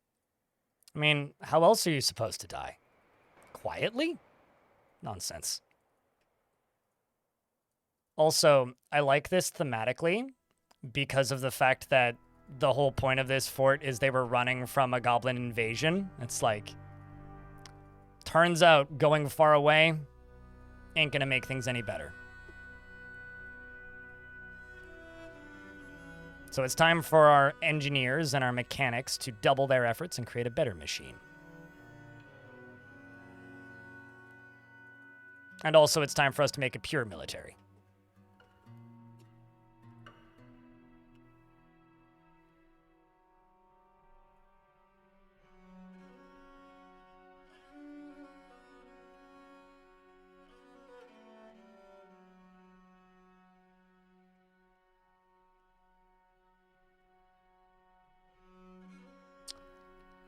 All right, what are most of the dwarves up to currently?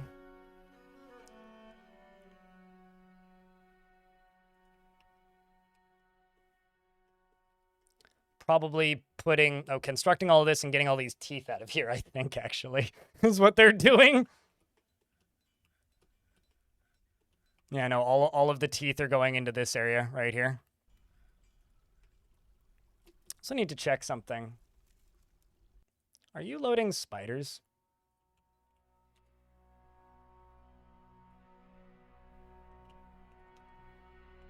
Yeah, we are, in fact, loading cave spiders, but if you were to tell me, I would think that this minecart wasn't working.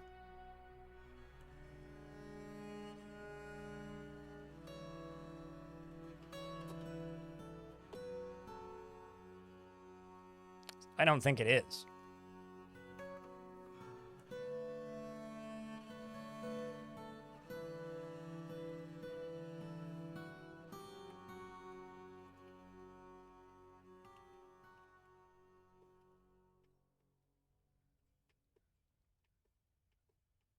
It's like it's a lot of construction getting done right here.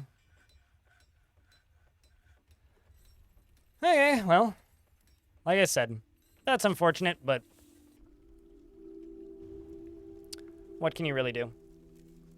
I think I'm going to do this, and I'm going to go and I'm going to pause every non-mandatory job at this exact moment, with the exception of those track jobs, because I want them to finish making those tracks. I'm going to pause all of these, and I need to check my amount of bars.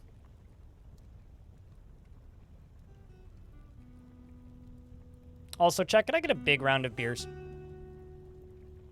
For all of the dwarves who get to live on, thanks to those who fell. They'd want it that way.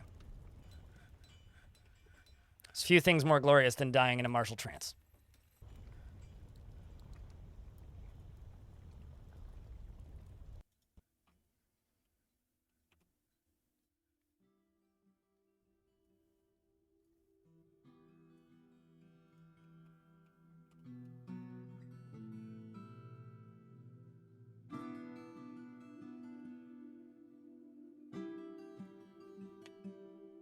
You just got here. What happened? Chat, you want to fill in Salva?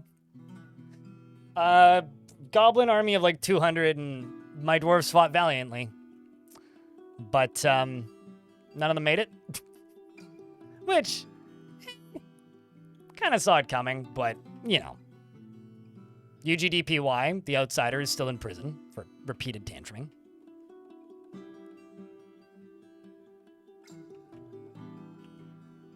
It's good. It's the way it should be. We should be losing squads to the goblin invasion.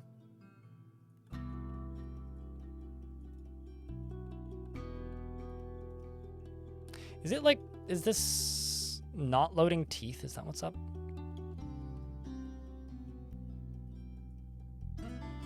No, all refuse is listed.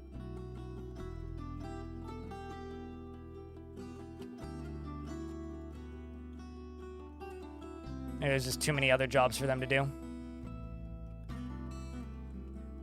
Man, that's gotta smell good.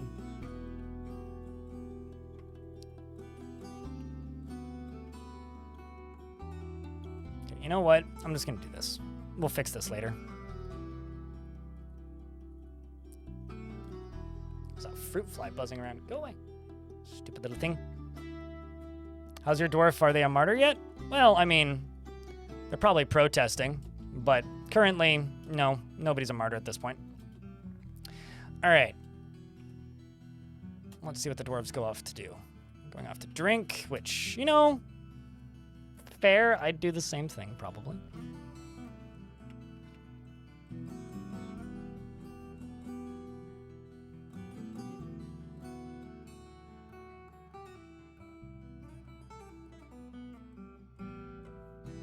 Looks like the dwarves are off to go sing and dance or something. Except for this guy, who's throwing another tantrum.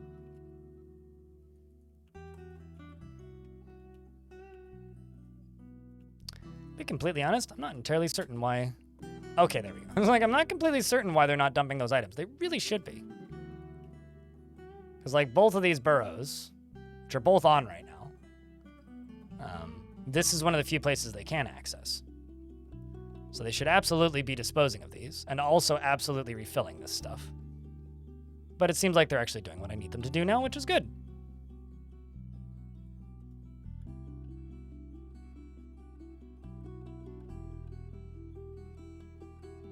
If only you could build weapons from it.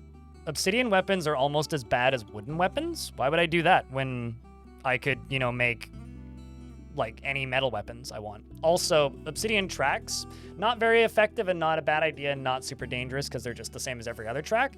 That being said, iron minecarts on obsidian tracks pretty scary. Imagine getting hit by a minecart going 700 miles an hour that's made of solid iron. Hello, Napalm. How goes the cult? Glorious sacrifices were made by our military to defend the cult from invading goblin hordes. And now we're disposing of all of it.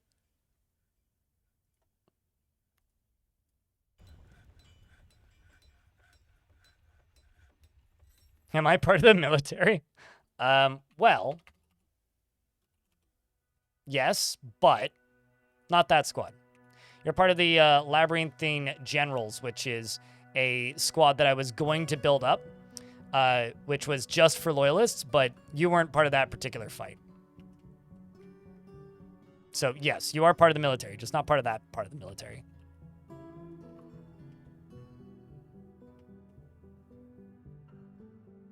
I mean, you haven't done any murder just yet. You've stood around and drank a lot, though. Murdered your liver quite considerably, I would say. Okay, so how many non-constructed sarcophaguses do I have?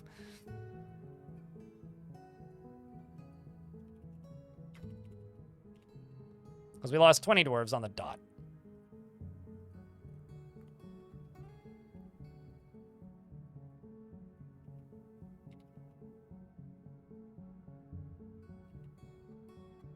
Which I get to find out in a minute after I do a bunch of this.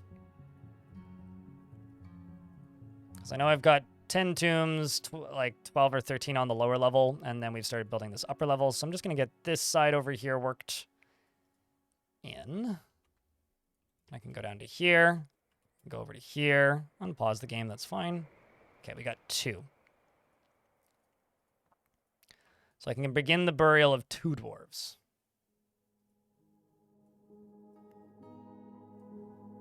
So Yustuth and Odom, get those 2. Any that aren't? Okay. So I'm going to go here and type in iron sarcophagus. And we'll just say 20, because that'll give me 2 extras.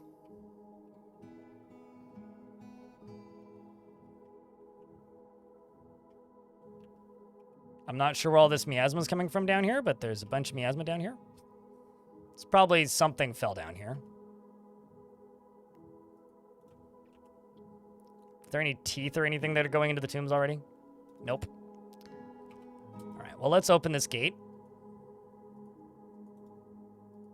And my followers, the non-loyal ones, you guys can have the honor of cleaning up after battle. An honor everybody wishes they had. Definitely, yes. And the only things I'm going to permit here are... I'm actually not going to unforbid any of that for a little bit until I have these tombs set up and ready to go.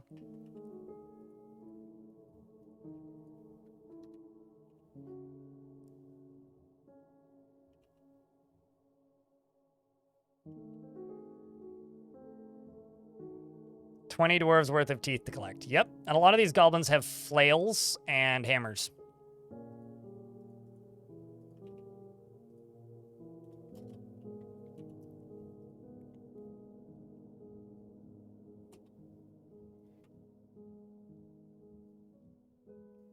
I'm in an ad, so I will just leave the game paused and just move through here.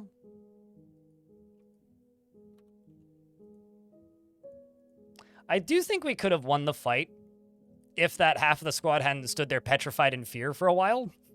It's like they were just standing there questioning their life's choices, and by the time they decided to run in, the other half was all exhausted. Which made us fall way faster than I think it should have.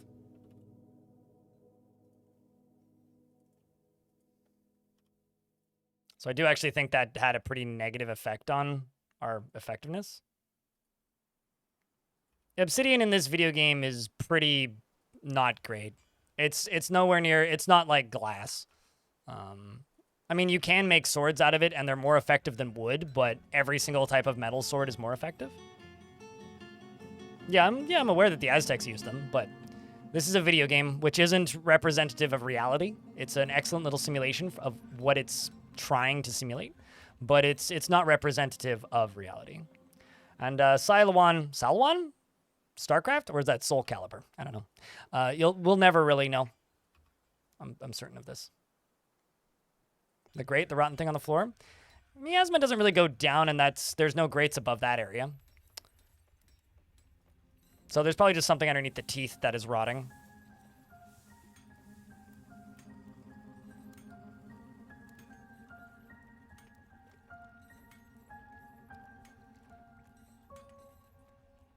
One, two, three, 4, 5, 6, 7, 8.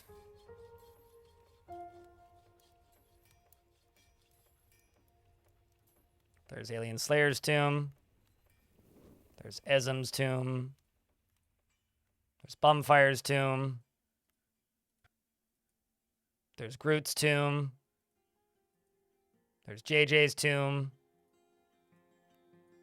There's Zathan's tomb.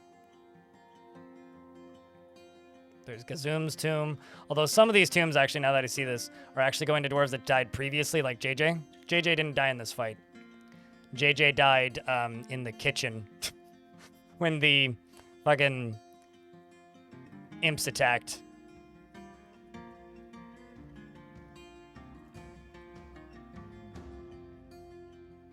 Is it better to build stairs or slopes? It's a convenience thing or an aesthetic thing. There is no better or worse option. However, wagons, which you get when you become a nobility, so when you get a baron or some other form of royalty in your fort, wagons can only go up and down ramps. So if you want wagons to be able to get into your fortress to trade, then you need to build ramps.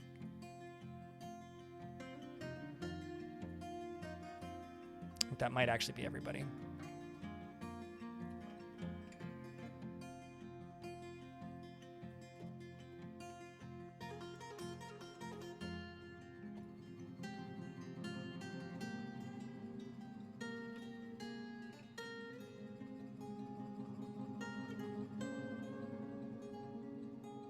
Also, in order for ramps to move through areas, it needs to be 3 tiles wide.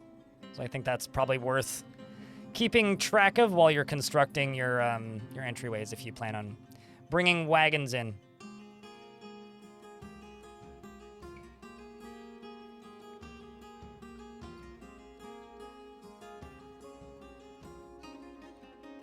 Continuing with the force and toil.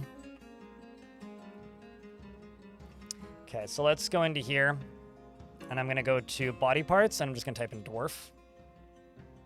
I think. Can I do that? No, I don't think I can do that. All right, body parts, unforbid all. And corpses. Nope, that's coffins. Corpses. Unforbid all.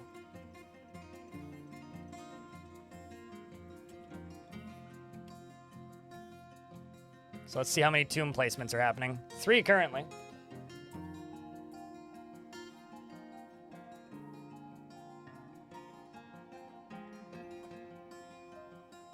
Because you use 3 wide stairs instead of slopes. Have you ever tried riding a bicycle up and down stairs at, like, beyond the point of being a cool kid on a BMX bike? Because, geez, that shit's difficult, man.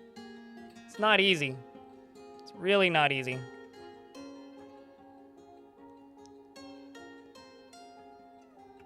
Fate of a Heretic. Well, there's plenty of loyalists in there, and they worship deformity, so I feel like they would welcome that fate.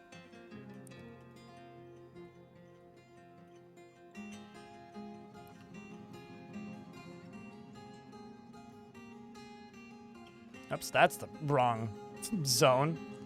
How the heck did I call that a fruit-picking zone?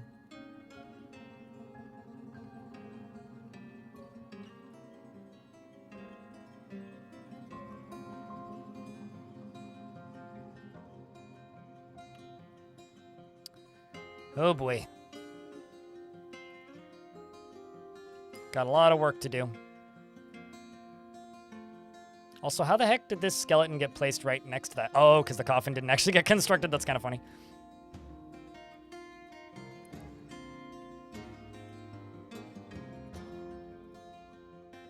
Okay. Let's just follow somebody who's putting bodies into tombs. Perhaps into Iridius, even. You know, moods are still kind of fine. Also, one of the reasons I let them rot to bone is dwarves who are friends with them, they'll get an upset thought about that. But it's better than seeing a bunch of rotting corpses and also choking on miasma. It's better to just get the uneasy after seeing dead body, instead of terrified after seeing dead body. It's less bad to see skeletons than it is to see, you know, mountains of dead bodies, I guess. Just kind of realized I screwed this up with this placement here. So I think I'm just going to do this.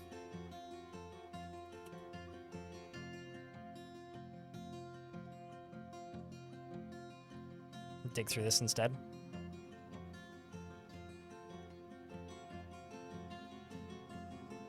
The BRB has turned into lunch. You enjoy your lunch.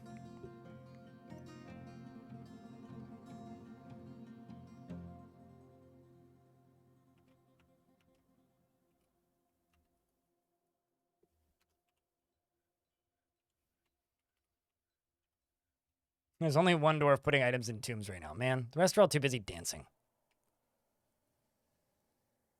Boy, oh boy, this is going to take a while. Same with all of this.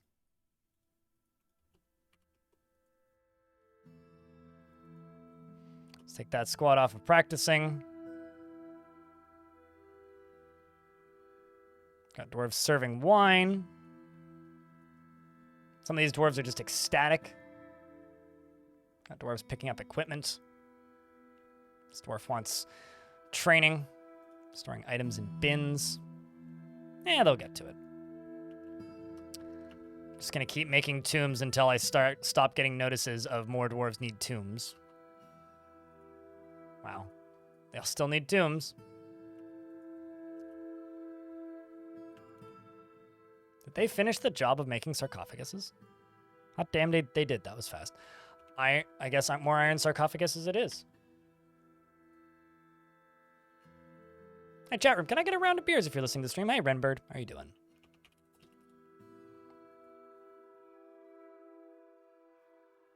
Chat, when you're playing Dwarf Fort, do you willingly let your dwarves go into a battle that you think you might lose? Or do you try to stop that? Because for me, if I'm given the opportunity, I'm totally fine with sending my dwarves into a battle that they might lose. Purely because I think it's entertaining. Like, genuinely. I'm just going to unforbid all of this. Just all of it. I say nobody does this. Nobody does this. Nobody does this. Definitely nobody does this. Absolutely nobody does that. Why would you do this? Don't do this. Certainly don't do this. And don't do that. Just haul things. That's all that I want. Just hauling.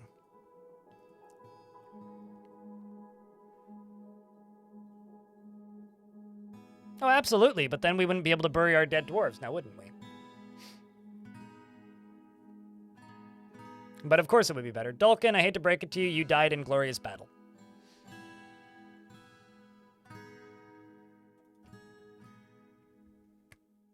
Finally killed that fruit fly, chat. Hallelujah. My life just got 40% better.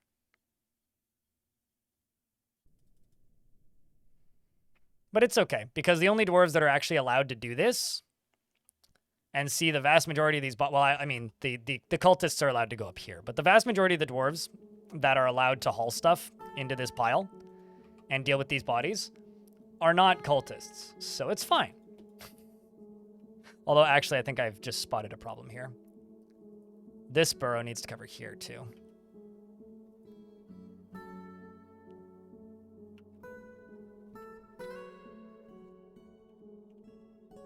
There we go. Now they can do that.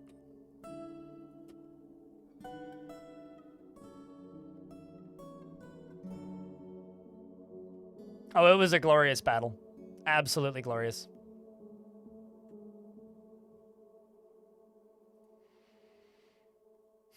You know, we're throwing up beers post a horrific event. So would that mean that this is beers for fears?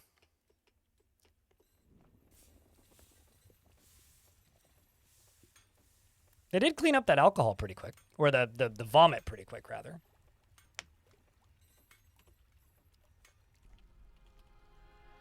That's what I want to see. Artisan and the tools to shape them. Member of the Cult of Sealeds. You're going to be a very hardened dwarf in no time. Cuddle. Did that once with a Hydra in a very old fort. Predated the Steam release. The hilarity of it was when your main squad came back, they dispatched the Hydra in seconds when backups were trying to fight for hours. I had a fortress called Heatstone. Or maybe it was Firestone. I think it was Heatstone. It was the last fort I did pre-Steam release. And I finished it like 4 days before Steam came out or something. It was like 6 days, I think, actually. And Dulkin, we're donating that to YouTube. I was just gonna say, please don't name a dwarf right after they die. Please decide somebody from YouTube chat. You guys, Twitch chat. You guys agree on somebody from YouTube chat to get a dwarf. I'm gonna go use the toilet. Will you guys watch this dwarf not make a silk glove? Instead, watch the dwarves clean up this glorious pile of corpses. I will be back momentarily.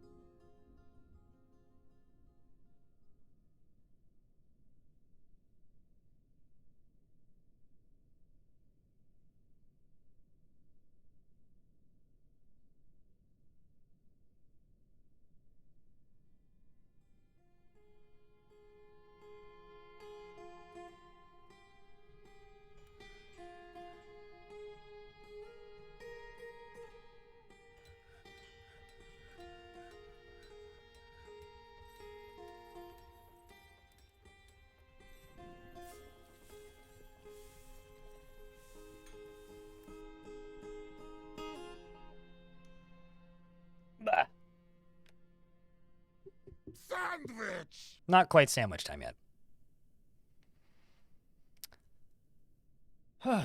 Celestaris has slipped into depression alongside of UGDPY. Well, that's great. Who's the turkey in this discussion, chat? Come on. So, who am I giving a dwarf to? There's a ghost? Only one? Well, that's shocking. Shark jumping walrus, who died unrelated to that whole fight. So, also his body was burned. So, wait, now I need to engrave for shark. That one was totally unrelated to that fight. So, hopefully we can get that done quickly.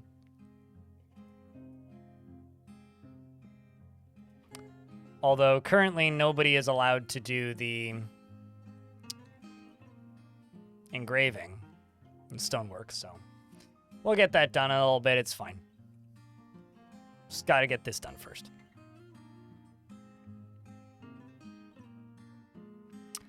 All right, so chat room here on Twitch. Daramund is getting a dwarf, and Deep Sea Fishin would like to give a dwarf to Nell in YouTube. So, Daramund, what kind of dwarf would you like? Because you're talking about books. Which is why you get the notice. Although there is a bit of delay on YouTube, so we'll have to wait to see if they hear it. Otherwise, we'll just pick something for them. Alrighty, him go fast. I mean, you have a dwarf still, so you're good to go. Even though you're in a chat room I don't normally expect to see you in.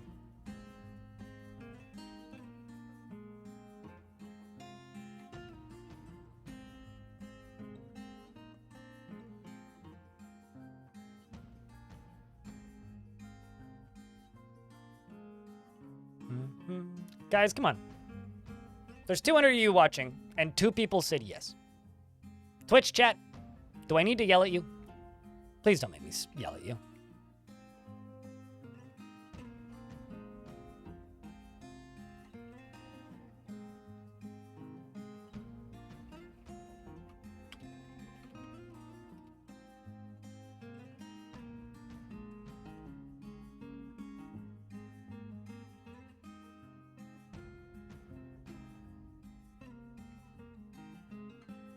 All right, so I will accept this as overwhelming now, and Darmond hasn't responded. So I'm going to say, chat, what kind of dwarves do I give these YouTube folks? Since we're giving them dwarves. And I think both of them are AFK. Because neither of them have commented on any of this. Neither Nell nor Darmond. So. Shrug. I don't even think I have a bookkeeper available. Nope, Grandpa's my bookkeeper. Every single noble is named, so can't do that. Call them ads and ad block. That's not, no, we're naming them after dwarves. Nell's responded, they'll say they'll take anybody, none in particular. All right, happiest unnamed dwarf it is. Chat room, you guys can decide for Darmond if they don't show up.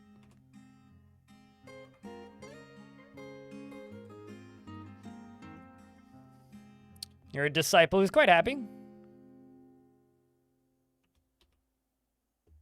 Right as I go to type, the game decides to do that.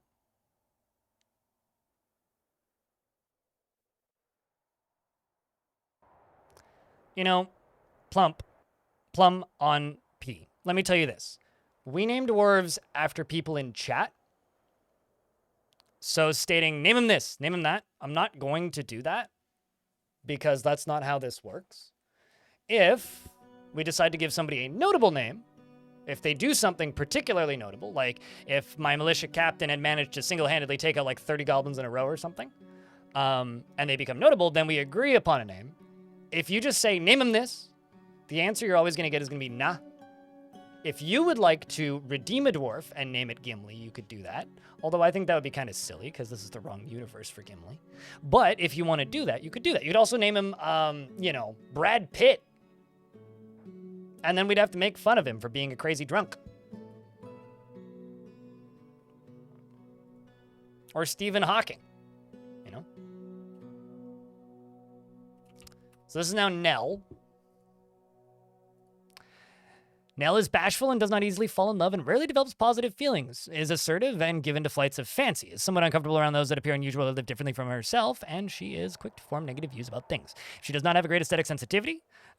She does not have a great aesthetic sensitivity, and she is conflicted by this as she values artwork and its creation. Her hands move frantically when she's trying to remember something.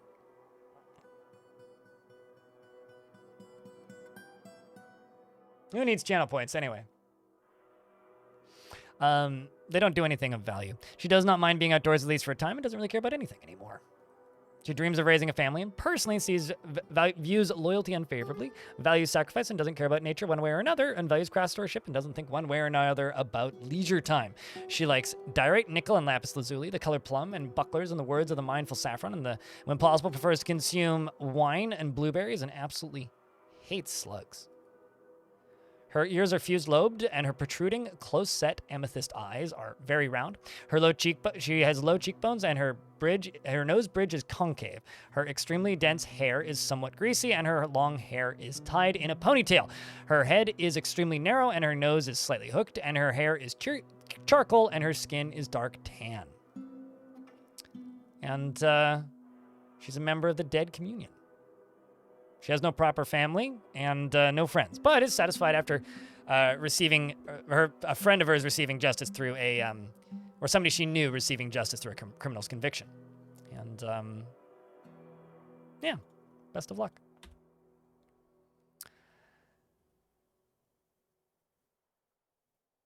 All right, so, and then chat room said a scholar, I think it was. I don't actually think I have any free scholars. Let me double check. I don't.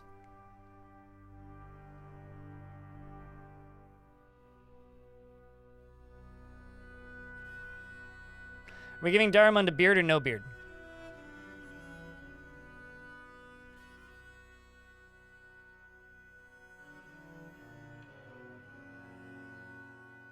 Beard. Okay.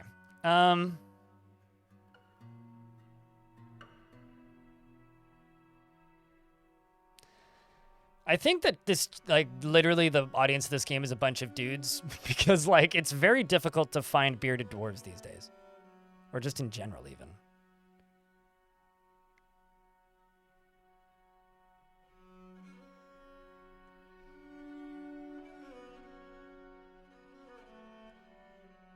Just looking at their skills.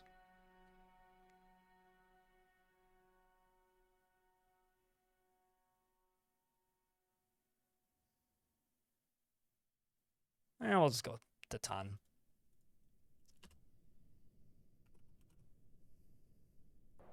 Not the happiest dwarf currently. Wants to wander, which is good. Oopsies. And is a scholar now named...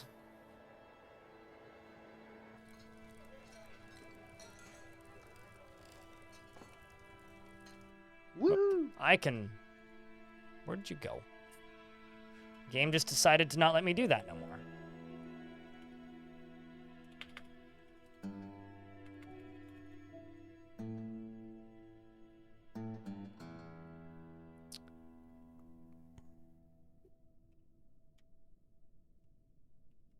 There you go. I think I spelled that wrong. Missed an A.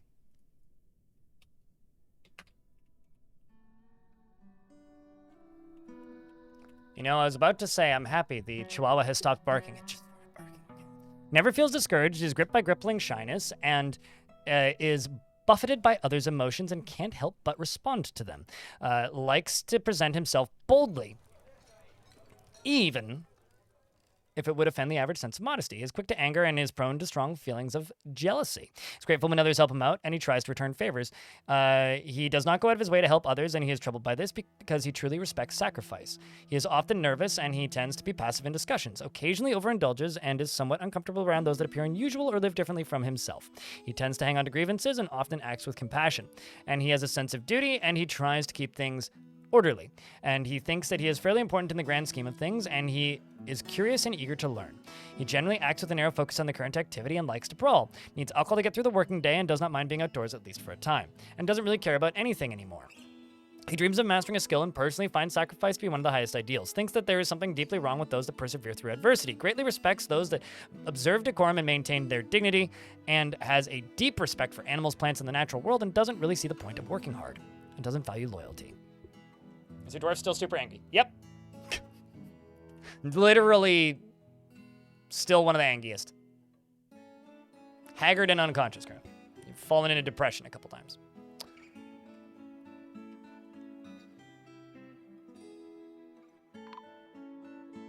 Also, a UGDPY was found dead dehydrated. Which... probably is because of lack of access to well, actually. Although, I did turn off orderlies. So, our orderlies outsider, our outsider died due to lack of orderlies. And it's okay, because he was just completely erratic and going insane. The other UGDPY is still alive, though. This was a dwarf that came from a previous fort who we rescued after he was in prison for 15 years. And if I remember correctly, I was not even remotely upset when he got imprisoned as part of the military, purely because of how tantrumy he was. So, yeah, that sucks, but doesn't suck that badly.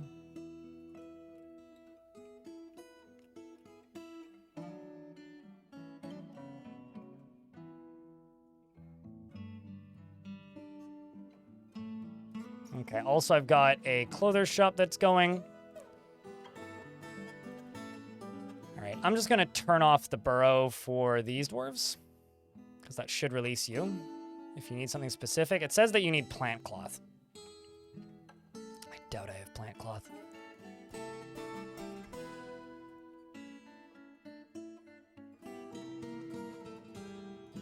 Maybe I do.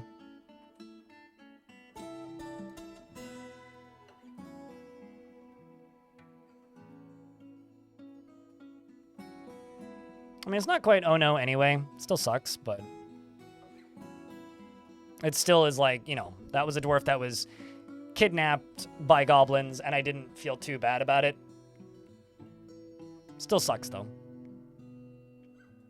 I wonder. Looks like most of the tombs have been filled. So at this point, I would presume that most of this is just this sort of stuff. So I guess I can go into jobs now and re-allow dwarves to do the things that they need to be doing.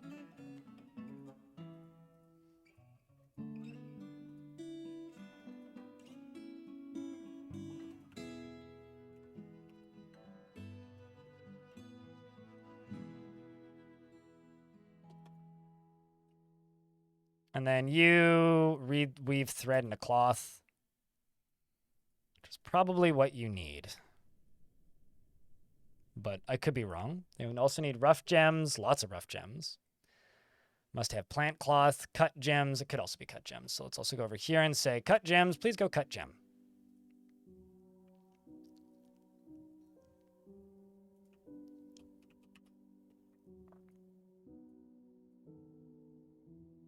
Never mind. It's definitely not pigtail cloth. We got tons of that.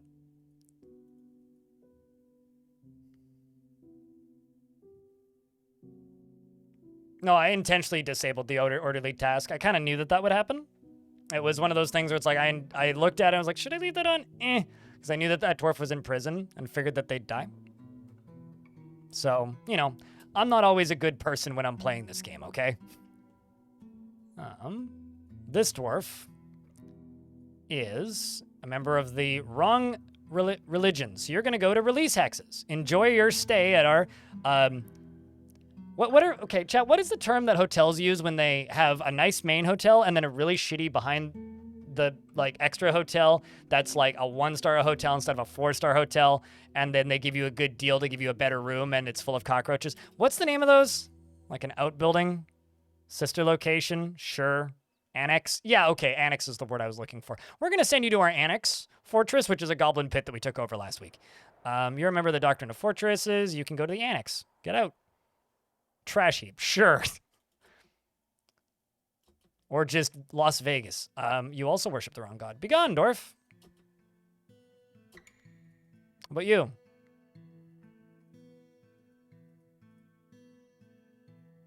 You also worship the wrong god. Begone, dwarf. At least I'm not expelling them into the wilderness. They're helping fix the population by going to the local places that we took over recently. Hey, there we go. Disciple of Yuga. Got a member of the Dead Communion here. Good memory, good spatial sense. Would you be any good in the military? Actively avoids exciting or stressful situations. Oh. Well, could be better. Just a single dwarf. I mean, I'll take it. Also, a human caravan has arrived to trade. How's the big old body pile doing? Still pretty bad.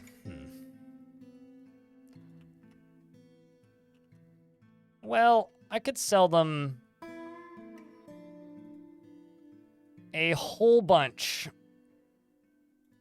of body parts and armor, I guess. So let's just go into here and say armor and say, yeah.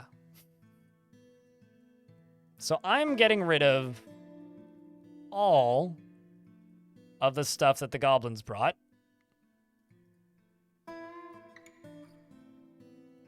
With one pretty quick swoop here. Also, hey, Telenar, though, by the way. Thanks for the suggestion of annex.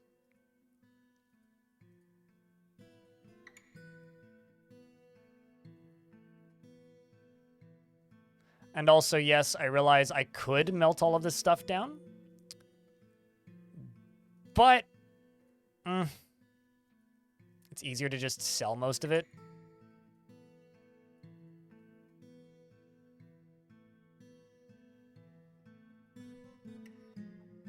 Those are some real damaged pants.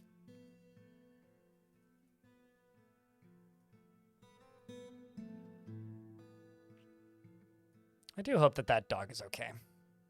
It is a little bit distressing just hear dogs constantly barking.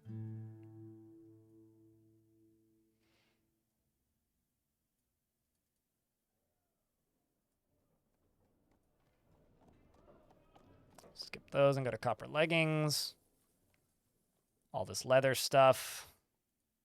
So something that I've done in previous forts, which I might do in this fort, I haven't decided, is making a... Essentially... It's a lot of items. Essentially making a... Broker cannot access the thing. Okay, so what I'm going to do is you... and you. Is essentially making a...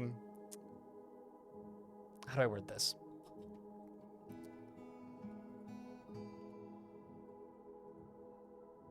Just a minecart shotgun that loads weapons, but it loads only weapons that the enemies brought last time.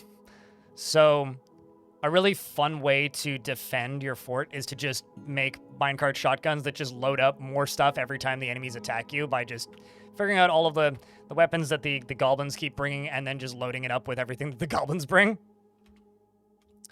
Can be quite entertaining.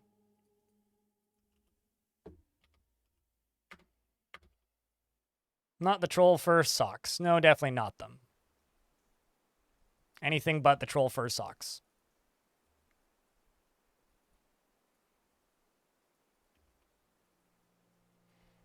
That was a very big, epic fight, though. That's the nice thing about having a big, cool front door is big, epic fights.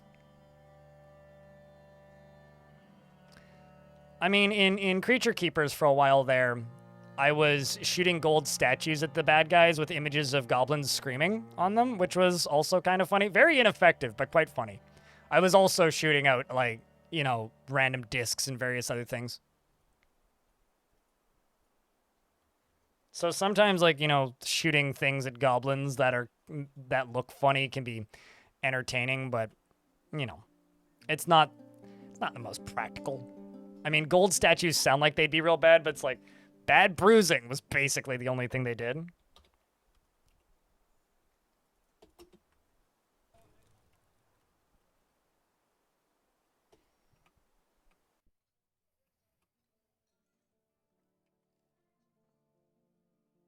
Good news is that it's very unlikely I'll need to make much more in the way of armor.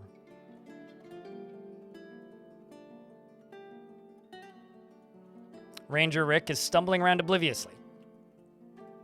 As I've said many times before, oh no, that's a shame.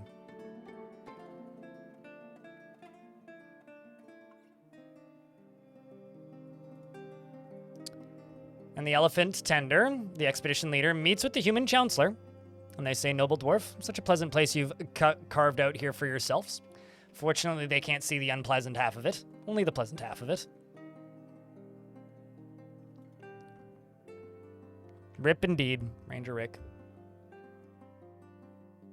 Fill it up with a bunch of swords. Teeth wouldn't do anything. That wouldn't even cause bruising.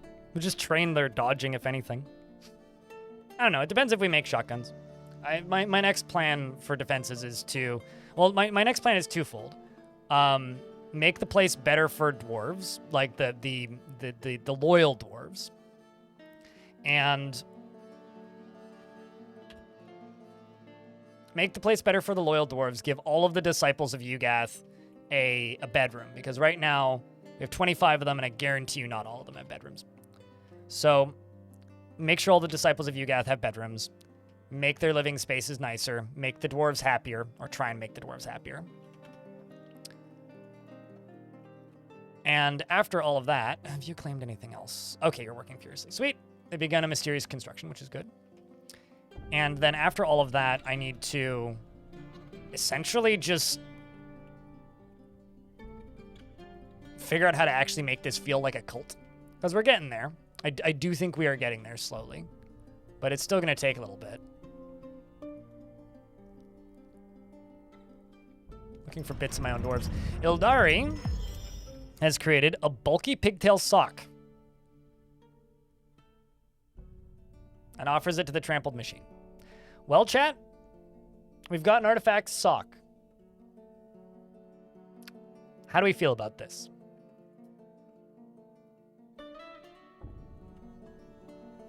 Sounds like you know, in actual reality, that would be extraordinarily ineffective, Etho, and also really bad for your dwarves' mental state, but it would be quite funny.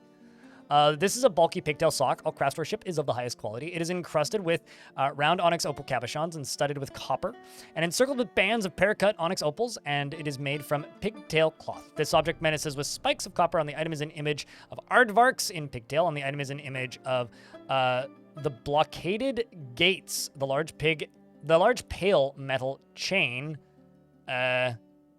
leggings in quartzite. On the item is an image of dwarves in onyx opal. The dwarves are traveling. The artwork relates to the foundation of Goretusk by the trampled machine of the Iron of Power in the early spring of 365.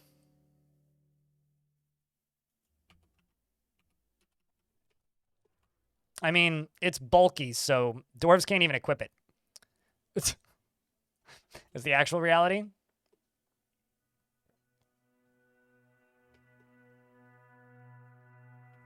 I didn't see it menacing with spikes of anything.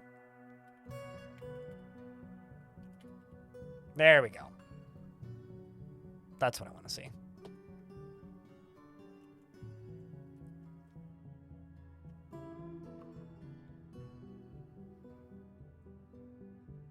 Seems like our broker went off to go drink something. Why is the sock crunchy? It didn't say crunchy anywhere, did it? What? Best. Well, I mean, I have a pair of socks that are just images that's covered in pictures of skulls. It's one of my old pieces of merch from back in the day. Also, fun fact: 51% of views on the Godly Tombs video are now coming from recommended, which means this video is going to get views for a long time. And it's still climbing. It's still climbing. 24,000 views in the last 24 hours. Woo! It's currently at 72,500 views. 534 subscribers and 25,000 hours of watch time. I don't even know how many days that is. It's a lot of days. Oh shit, they brought me platinum and gold. What a bunch of show-offs. So buy that glass.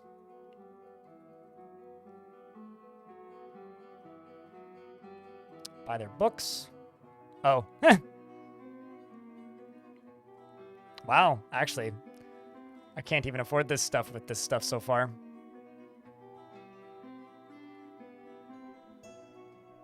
Okay, well, I'll just buy your bars then. Armor that's destroyed ain't that valuable, turns out.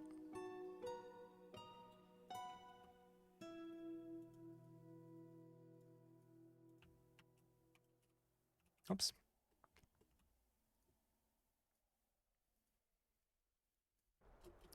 Wrong button.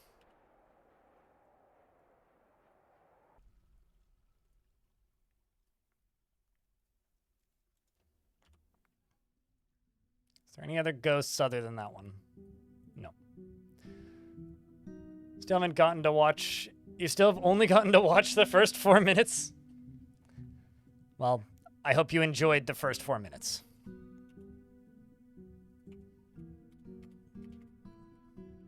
Let's see what Stinthat, our Baroness, is doing right now. She does still need a tomb. But she's in love with Kyokyo-doka.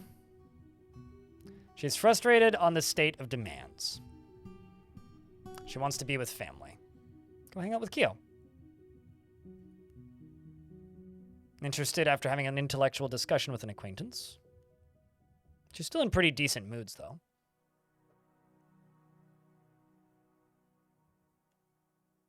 An 80 stream streak. I think the thing that you need to remember about the streaks is it's just FOMO nonsense. Don't worry too much about it. I mean, most people can't be here every day. I wouldn't worry too much about it. So since this is her dining hall, I'm going to dig up this way, and I'm going to put a room back up here, I think. And this can be her tomb.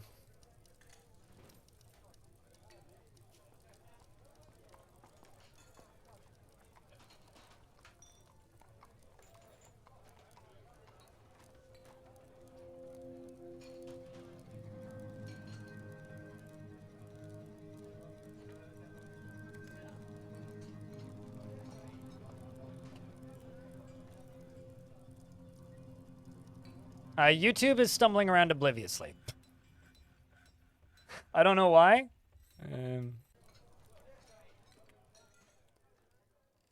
They're trying to read Animals and the Climate Uncovered.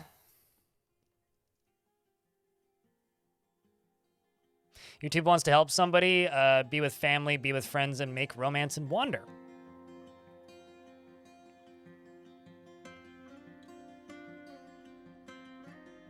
Oh, probably because her older brother and older sister died, who were both in the military.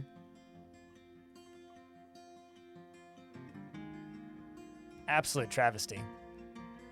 You know, actually, I just realized something. Yeah, they are a servant. So, theoretically, they should be able to, you know, go tend to most of their needs. Because YouTube wanted a dwarf named YouTube, so we named a dwarf YouTube.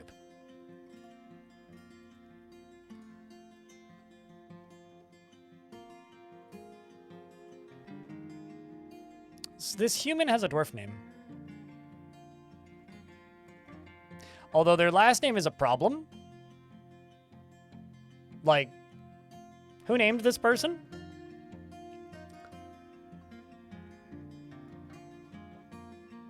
Yeah, I know. Thanks, YouTube, right, Nil? Tube.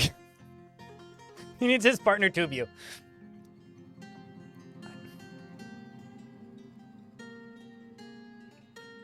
I feel like I will get in trouble at Twitch if I say that person's last name, so I won't.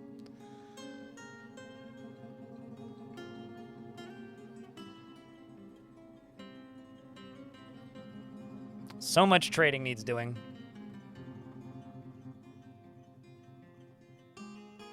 How's Budgie doing? Listening to his story, hey? I wonder where that blood came from. That's beak dog blood. Guys, can we clean that blood up, please? That'd be great if we could. And also, you know what? Let's speed this process up. Let's add the other 32 dwarves in. Let's say it's time for the loyalists to, for the long disciples to go assist. Because this is getting a little silly. How long it's taking. I need the other 30 dwarves to, help bring stuff over.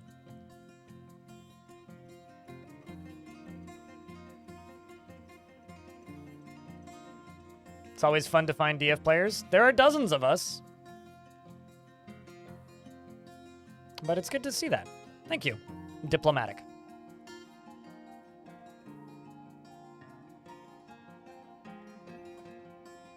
Hopefully my next project can be as cool. How's the fort going? Oh, great, until everybody in the military died. Oh no, they've left. Well, guess we're not going to finish that. Anyway, let's put these dwarves back into their safe, happy zone. And let the other dwarves, you know, worry about it.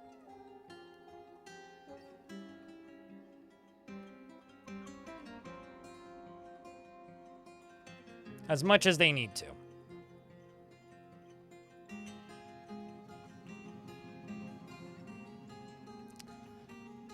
And I'm also going to allow my cultists to go into these bedrooms, and I think I'm going to reassign all of these bedrooms again.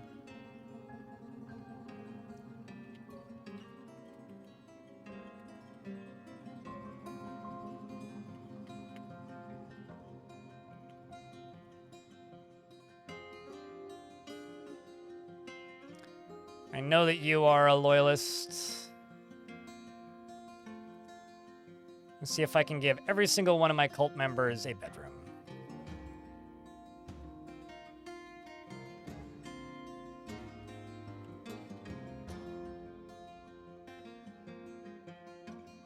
Okay, YouTube can have that.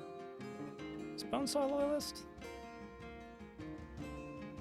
Yes. Let's go to here. I'm gonna reassign all these.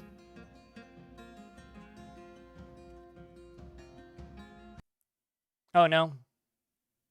It's midsummer? Shit.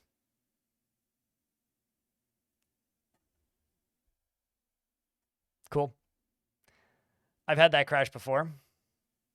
It's a known bug. We lost half a season and all of the trading, I think.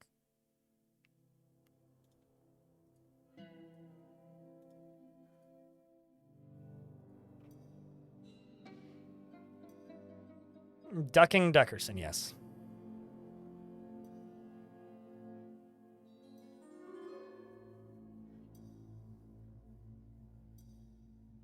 Don't be a dummy next time, JPO.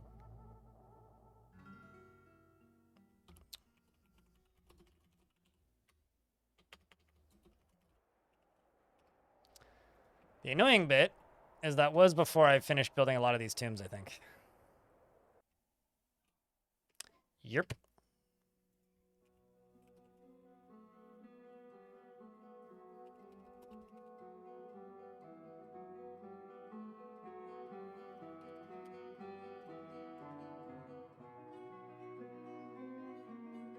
Let's sigh.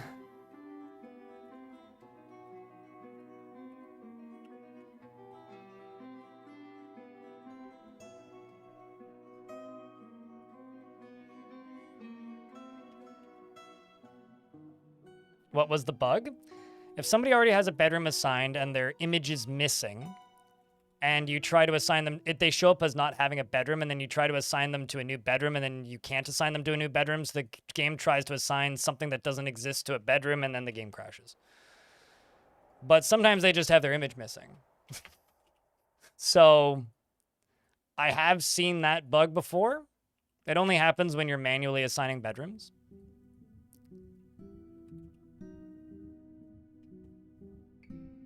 Okay, so UDK, here's the interesting thing, right? You had a dwarf in this fort, who I'm pretty sure is dead.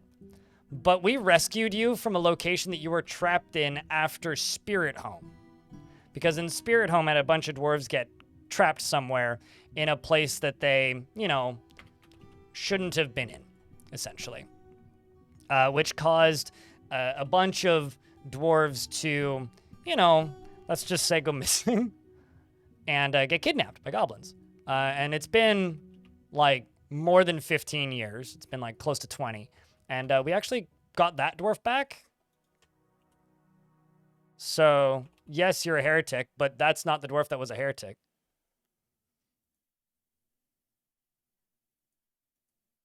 Yep. So you're from the Big Fall. You're a member of the Big Fall. And you do... Actually, I forgot to rename you as an outsider.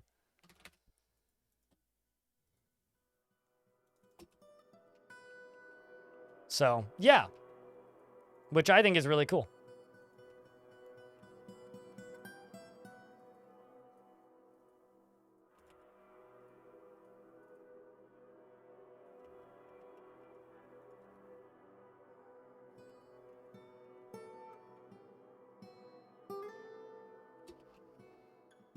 Okay, so let's also unlock these doors. We also had a really bad siege happen, and the game just crashed, so I'm now still trying to fix that post-siege situation.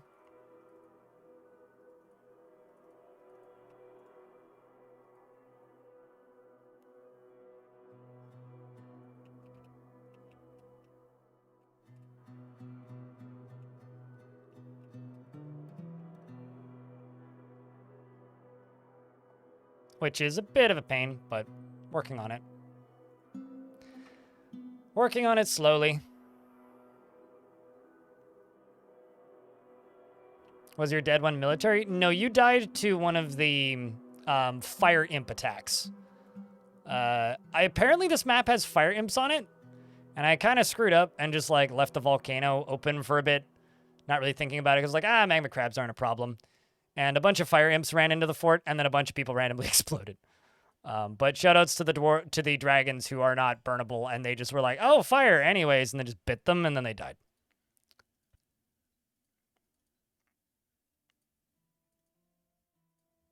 Fire imps used to be a lot more common and a lot more prolific. Welcome back, Elfie. We just had a crash. So I had to go back in time a little bit, but it's okay. I'm trying to catch back up to where I was. That is not the tool I wanted. This is the tool I wanted.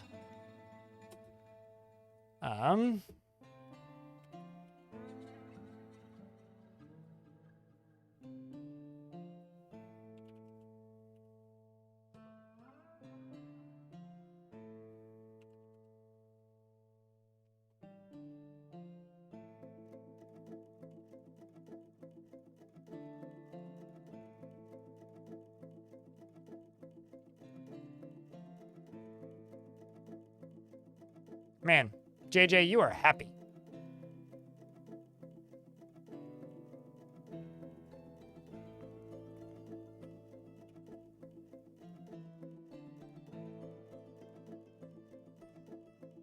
Let's see who's the least happy when it's Lycott, but let's give it to you.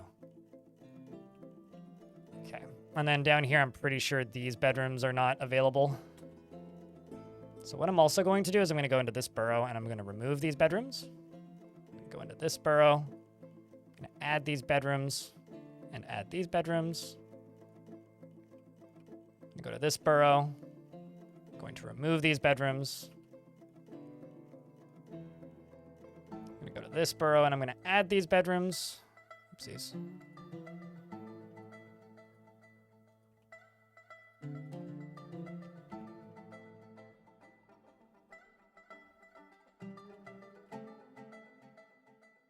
It was that dwarf that crashed my game earlier, too.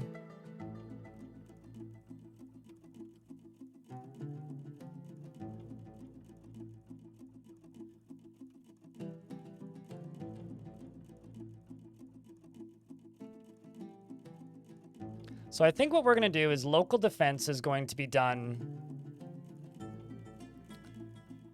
by the disciples. And the outgoing combat situations are going to be done by the people who just live here, basically. So Sideburn's squad isn't going to leave here, I think, is my plan for the way I'm going to do this. Let's go over here.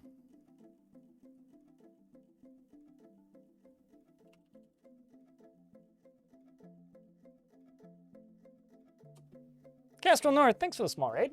Skyrim, can I get a round of beers for the raiders? Please don't drown them. I'm just going to quick save. I mean, you saw the fighting, right, Elfie? Because if you saw the fighting, then yes, you've seen everything that's important, basically. But, raiders, welcome. Hello, how are you doing? I hope that your stream was good. What were you guys up to today?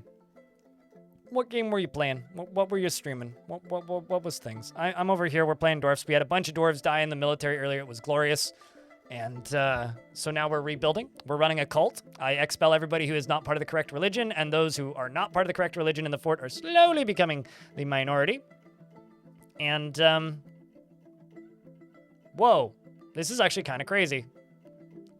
Also really funny. So last year at PAX, sorry, I'm just complete diversion. I just received an email. Last year at PAX, Nintendo just like booked up one of the convention halls and just didn't, you know, what's the word? Didn't let anybody in unless they had tickets specifically for the Nintendo thing. Apparently Nintendo's an exhibitor this year. They actually have a booth this year. That's actually kind of cool. Also Friday, story time with Phil Spencer. I guess he's in town, so. There we go. And then UGDPY died as expected. That was the secondary UGDPY, the Tanchme one. The one who we rescued. For me, this fight is like the actual uprising. This loss of military is the proper uprising of the cult. In my headcanon here, because of how I'm running this now.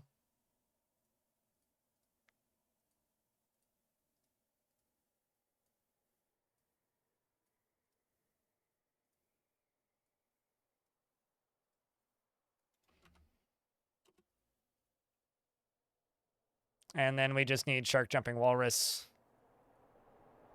removed, which is this. I'm actually going to go here and start allowing jobs again.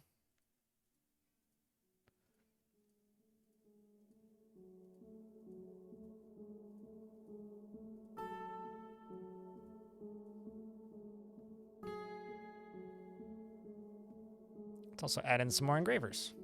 Just a couple more. Well, here's the thing.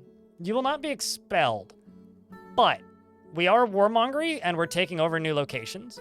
So what I do actually kind of want to do is make it so that the non-permanent residents in the fort become like the military and like the local militia, whereas the residents of the fort are going to become like the cultists are going to become like the local militia. So basically, I'm going to use the lesser, like the non-cult members as our cannon fodder, and they're going to train up again after these bodies are cleaned up and used for fights like this when they're around and convenient. Humans have arrived to trade. And then if you guys take over locations, you can move there. And that's what I've been doing. Instead of expelling people into the wilds, I've been sending them to these locations, these pits that I've taken over. And as we've been referring to it, we're sending them out to the annex. So instead of staying in the proper fortress, they get to go live in the annex, which, just like great hotels of the world, you get to enjoy the wonderful hospitality of our outbuilding, which are goblin pits that we took over last week. And it'll be great. Totally worth your money. Do not leave us a bad review on Trivago or whatever travel site you use. You just tantrumed seconds ago, Celestaris. Would you like to go take over a goblin pit?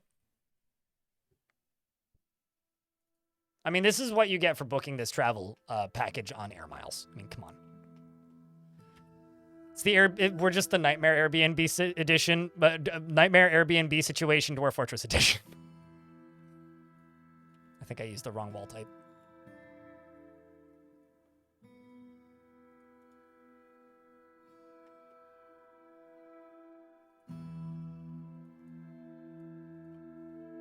So low I can't hear what you're saying? Deep sea vision? Can you make a goblin citizen? If a goblin shows up as a bard, you can make them into a citizen, yes. You can't make prisoners into citizens, if that's what you're asking. I need to memorialize Shark Jumping Walrus, which I will do right here. So you stop spookifying my dwarfs. Okay, so Bonesaw is placing item in tomb.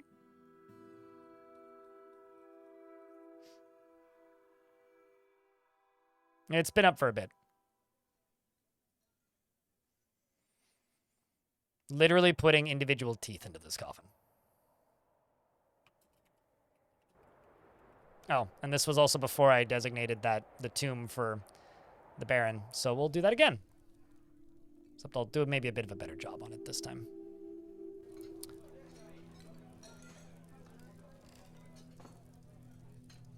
But yeah, I think that's I mean, good for the health of PAX that Nintendo's going to be at PAX.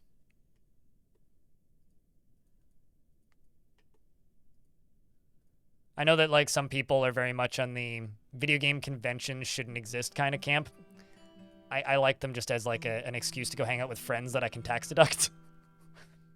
That's literally what I do at conventions. I barely book any meetings. I don't take them super seriously. I just talk to indie developers about games, and I hang out with friends. That's literally all I do at PAX.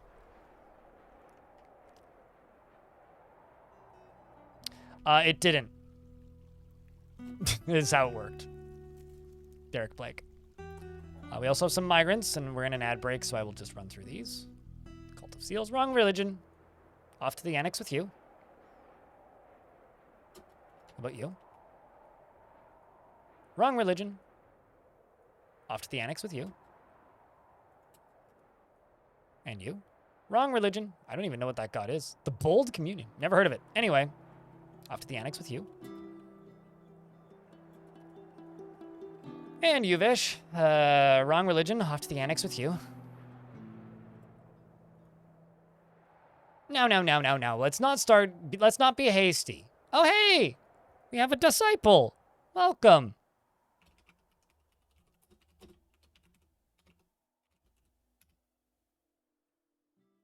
A proper dwarf. One who truly knows the god you should worship. In reality, they're all just impersonating it, and none of them truly believe. Did I miss somebody? I did. Tisk. To the annex with both of you. This isn't a date night. You'll regret that vacation. But you. Begone. Begone.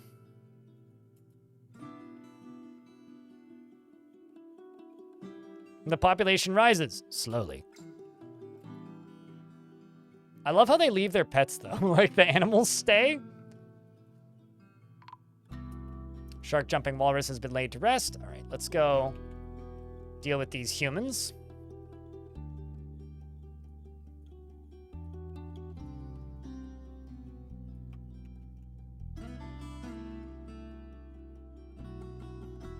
Actually gonna let the believers go here now and help us clean these bodies up. And we are going to send you to here and go here and do this. I'm not looking forward to doing this again, but here we go.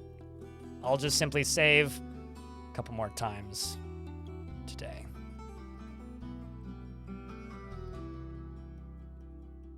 You know what? I'll even sell the cave spider soak tunics, whatever.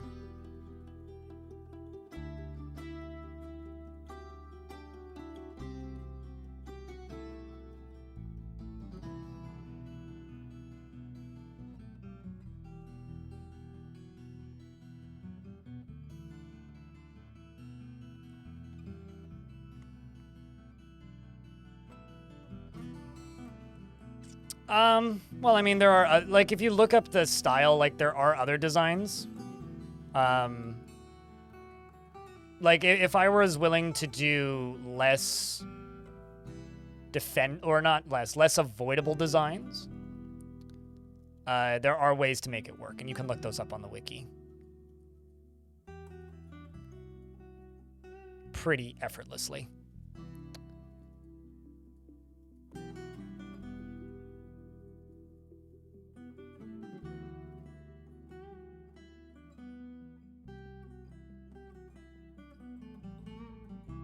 But we'll be using it for something else.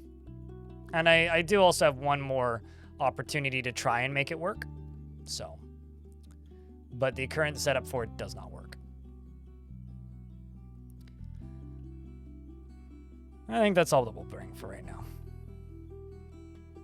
The easiest way to get a goblin into your fort is if you're playing in the beta branch. Federico in YouTube chat. Just start up an adventurer. And make a party of adventurers. Retire your fortress, or retire a small fort. Make a party of adventurers that are all goblins, and then march to your fortress, and then retire them in your fortress.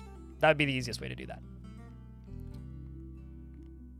Anyway, chat, round of beers for the new dwarves, as well as the wall of things that need to be brought to the trade depot. Because holy shit.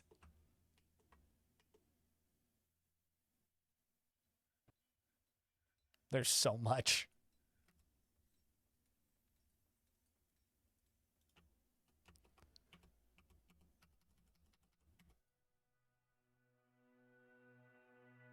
I don't know why that cage got forbidden, but it did.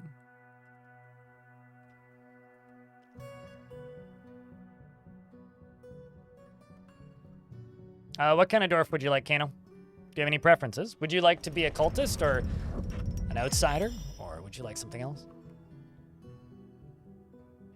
Ildari has created Noskashigos, a pigtail robe. Well, that's much better than a bulky sock. Best thing that's changed since the, that new disciple? I can find them. The trampled machine. Welcome. It's good to have that artifact. Let's just go look at that. I think this might be a robe for our faction leader. This is a pigtail robe. All cross-door ship is of the highest quality. It is studded with copper and encircled with bands of table-cut onyx opals. It is made from pigtail cloth. This object menaces with spikes of copper and onyx opal. On the item is an image of a forgotten beast in quartzite. On the item is an image of Jam, the dwarf in onyx opal. Jam is laboring. The artwork relates to the settling of the dwarf Jam in Goretusk in the early autumn of 374. On the item is an image of 2 carambola trees in onyx opal. I think that is going to go to our Baron as a gift. Good luck to them. Huzzah! And they've created a beautiful item for us. do I just expel them for the honor of creating an artifact? It's like, you, lover of Cave Johnson, kindred spirits with half of my fortress, be expelled to the annex for creating such a glorious artifact. I hit my camera stand. What do we think? Or do I just let them stay here? Because I'm kind of just like, I don't really want... Like, these dwarves can, like, migrate elsewhere. What am I, Microsoft? You made us a great thing! You're fired! I just think that this would be a good bit, you know? What do you think, chat? Do we expel them or let them stay? I'm going to leave this one up to the chats. YouTube and Twitch. What do you think? Should we keep this dwarf? They're not even a member of our faction. They do not worship our god. They're not a loyalist.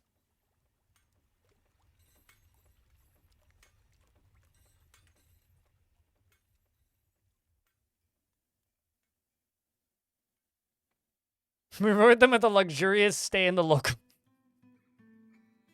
I think we're at a point with this fortress now where whenever I can have an excuse to expel somebody, I should take it.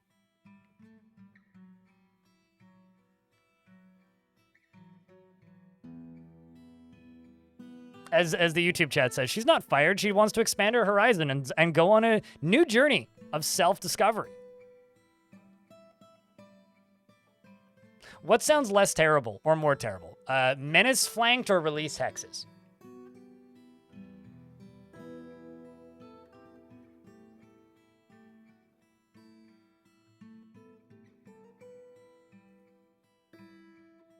Release the hexes. If you say it with an A at the end, it might sound like you're saying, release the witches! Careful, we're just turning into, like, a Rob Zombie song.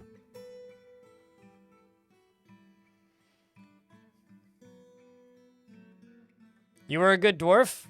Thank you for the grand gift. You've earned your freedom and guaranteed life. I shall name you Bushed Pack, she says.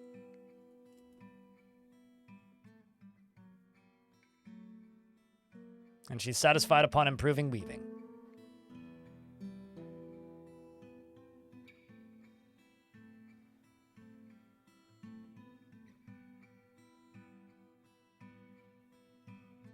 I hope that dwarf shows up at a later fort. No, they came with that armor.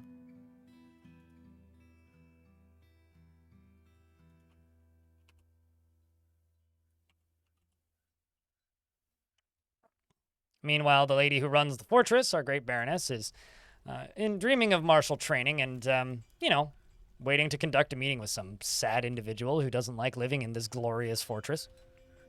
What an offensive thing to say, frankly. Okay, how's this doing? Man, it's too many items. Whatever we don't sell here, though, will be sold to the dwarves. Let's wait until this gets below 500. Yeah, let's wait till it gets below 400. I think we got time.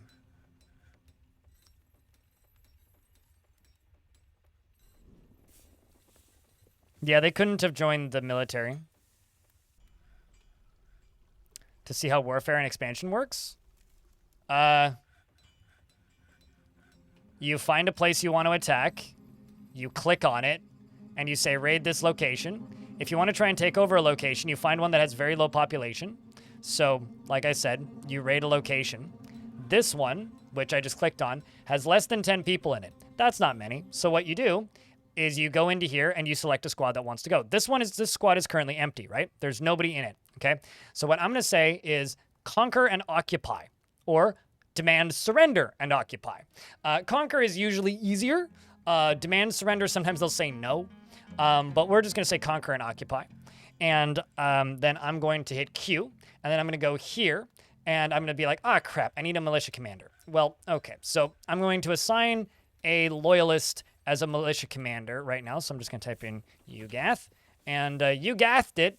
We have one dwarf with some skill in combat, so I'm going to give that to Mebzith. And then this one down here, this squad that's being told to go do that, I'm just going to go find somebody who isn't a disciple. So let's say, how about or Cole the Farmer. How about Cole the Farmer? Cole the Farmer now has the glorious opportunity to go seize Menace Flooded. They're going to go pick up some equipment, which is fine. There's tons of equipment that they can go take. It's not like we're short on equipment or anything. So they're going to go gather up the equipment that they need, and then they're going to go try and take over. And that's how it works. And then you get a notification if you did it successfully. It's that simple. It's pretty straightforward. There isn't too much to it. It's not a terribly difficult process. They just go get some shields and whatevers. Stinthad, the elephant tender, meets with the human counselor Gorpu, and Gorpu says, "Noble dwarf, there's much to discuss. It's a pleasant place you've carved out here for yourselves." And that's it. They gave us some rumors, and we move on. And this dwarf here, like I said, is going to go collect all of the items that they require. That dog is still barking, by the way. It hasn't stopped. That dog's owner gets home at about 3:30. I have another 2 hours of barking to listen to. Send help, chat. Send help. Or like dog treats. I'd close my door so I didn't hear it, but it is literally like 30 degrees outside right now. It's too damn hot. Oh, sweet. They take a goblin helmet. They'll fit right in the goblin pits. They might even just let him in. She might even get in for free.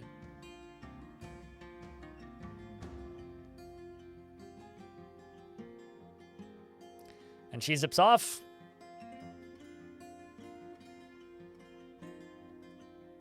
Actually, would this dwarf even like martial training? Hey, okay, you do want to fight. Dreams of crafting a masterwork someday. They'll do just fine.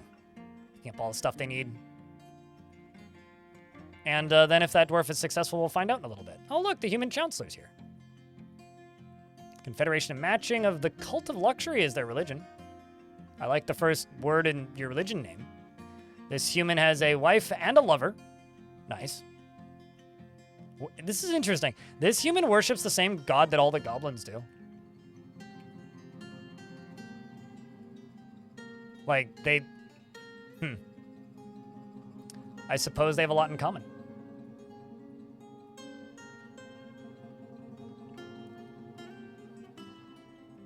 Trade for the bronze bars, the gems. What cages do you have? Brought a hen, a dog, KB boar, a gander, a ram. Let's buy all the fish, buy all the plants, buy all the fruit, buy all that. And why not, we'll also buy the meats, just for variety's sake. You were struggling? Don't overuse the mist generators. Just remember that if you're struggling with moods, you can fix them 100% without mist generators most of the time for most of your dwarves.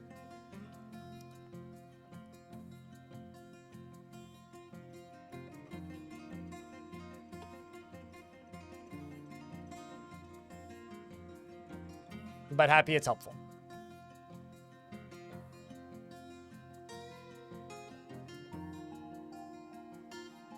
Is there a way to cut down trees that have been burnt previously safely? You tried cutting down some after they were exposed to magma and they all seemed to collapse after? That's weird. I wonder what could cause that. Like, kind of a genuine question.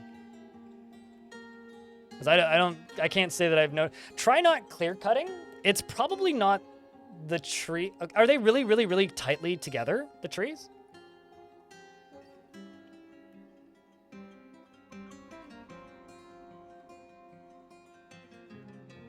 Putting statues underneath the locations, although they don't, they just hide it very well. Katamas. Usually what I do is I put vents underneath them, like, what's it called? I usually put a grate beneath it and just have drainage for them. And just allow them to get muddy. But then the problem is when a dwarf gets hit directly with 7 of 7 water, or a bunch of water, they sometimes drop what they're hauling. If you put statues underneath it, it hides it effectively, but still doesn't actually prevent it. Nothing really prevents the mud splatter, but some things hide it enough that you just don't see it.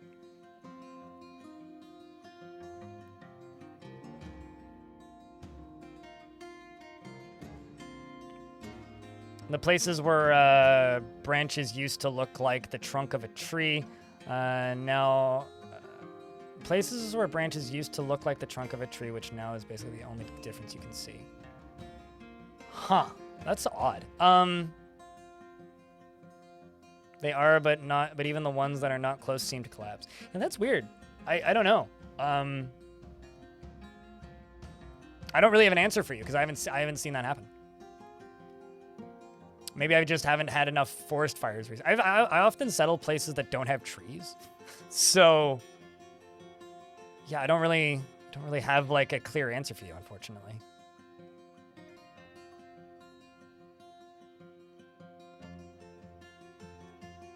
Let's just buy their bags. There is so much vomit everywhere. You settled a volcano in the middle of the woods?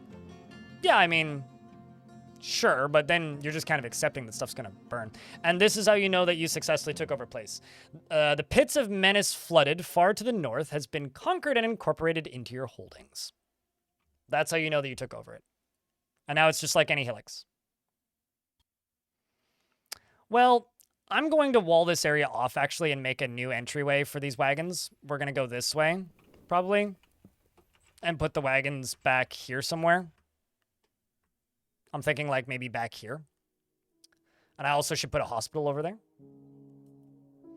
The Zoken Man. Thank you very much for the raid. Hello. How was the stream? I think you were playing dwarfs. I think I saw you in the directory. Hey, chat room. If you guys want more dwarfs, go give our friend here a follow. Mods, can I get a shout out, please? And thank you. JWG Holler. Holy shit, bits! X100. I'm like, let me scroll back and check. I'm like mostly certain that's the first bits I've had today. Yep, that is in fact the first bits that have come into the channel today. And also the first notification of money in 3.5 hours. Not even close to minimum wage today. It's okay though. Thank you much. Started work on a library. I lost most of my military, and now we are purifying our population by removing the heretics. Slowly. It's been a good time.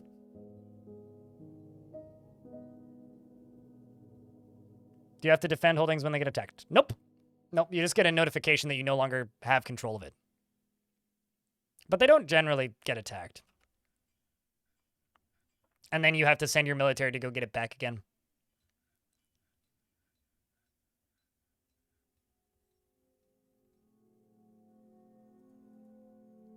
Okay, so they are finally done trading back there. That's good. We'll let them do their thing.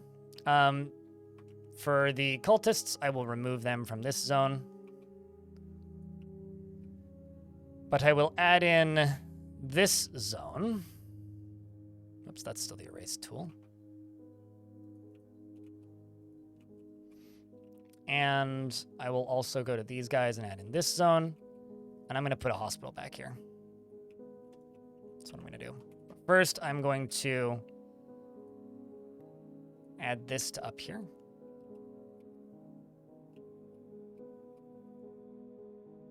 So we can get that work done.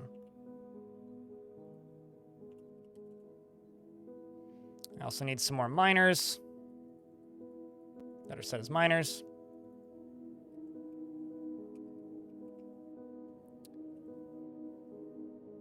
It seems like a lot of stuff's just getting put away. What are you hauling?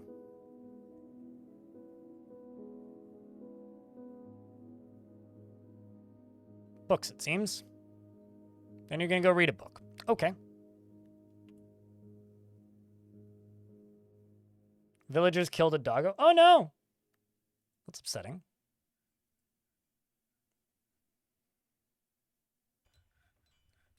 Yeah, I do find a lot of the time the hardest things to see is just animals dying in games like this. It's like, oh no. Poor dragon. You didn't deserve that kind of deal.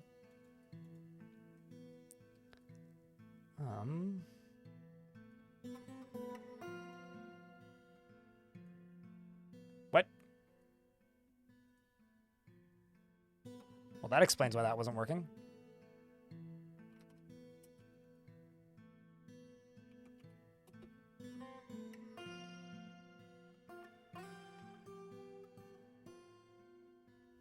You've been enduring goblin sieges, but watching your defense makes yours feel less stressful. What, my lack of defense? More like? Because that was kind of on the brutal side. It's fine, though.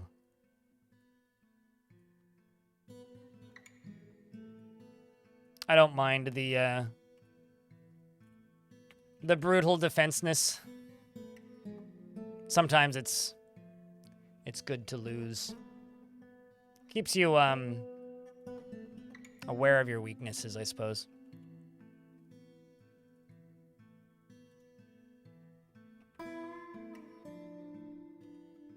And let's also go here for traps and just put a pressure plate right here and just say minecart's trigger. And minecart's trigger.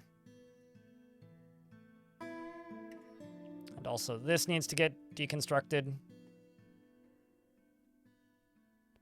think this door needs to get deconstructed too. Don't know what I'm going to do with this this lower area might just become a reservoir.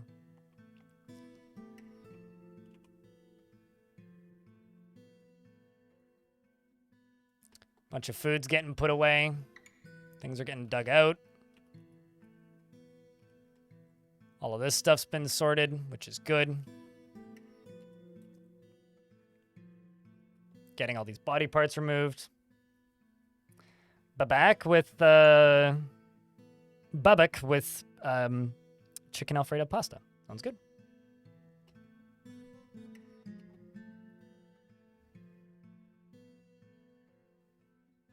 But yeah, I'm genuinely amazed by how well that video about Goretusk is doing. I expected it to do good. I thought it would get like realistically, I was being hopeful and was expecting it to get between 10 and 15,000 views. And currently it's sitting at what, 75,000 and getting 650 an hour. You bought chicken and pasta today, so yeah, cool. I bought some chicken yesterday because it was affordable. Chicken got affordable again, and it's weird. I'm not used to it. Like, I was beginning to accept the pandemic reality of just like, oh yeah, no, I'll just never have chicken again. Chicken's just not something I'll ever get again.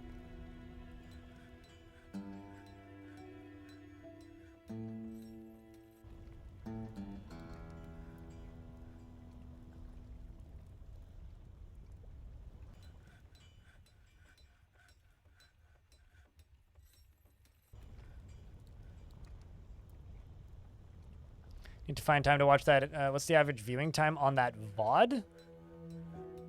Now, VOD is not a video. Do you mean the video? Because a VOD is a live stream that's recorded. A video, are you referring to the video or my VODs? Because my VODs, it's like 55 minutes or something, but they're also like 7 hours long. The video, it's like 25 minutes, so almost 50%.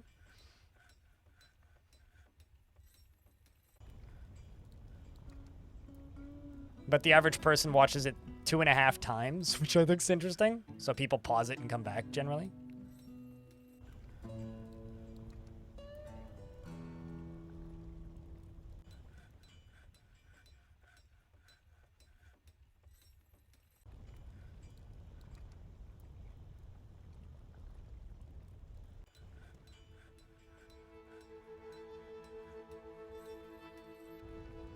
Such an effective strategy, by the way.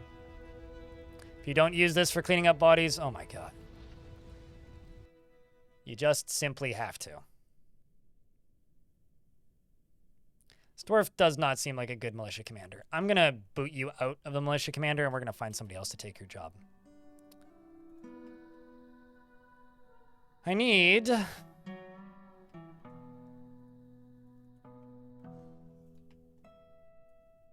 a disciple to take that job. Such as Percussigan, potentially. He prefers that everyone live as harmoniously as possible, isn't particularly curious about the world. Although, actually...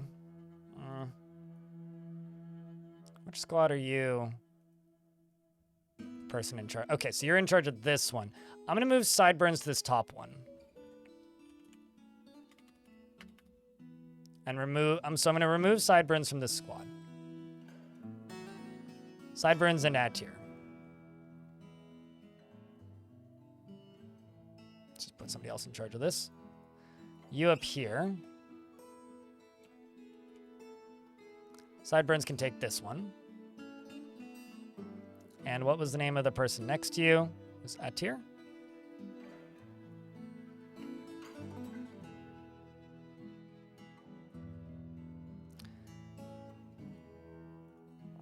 So those are going to be my home defense squad, more my backup squad, essentially.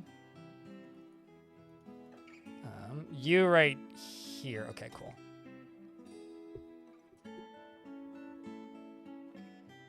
What do I use to clean them up? Oh, I'm just using an automated body disposal thing. I'm using a minecart to automatically get rid of refuse and, like, stuff that I don't need. So anything that's damaged automatically goes into this refuse stockpile and is thrown away. Also, YouTube tantrumed, apparently, which is not good. Why? Okay, I'm hitting the wrong button. So YouTube apparently is being accused of disorderly conduct and vandalism.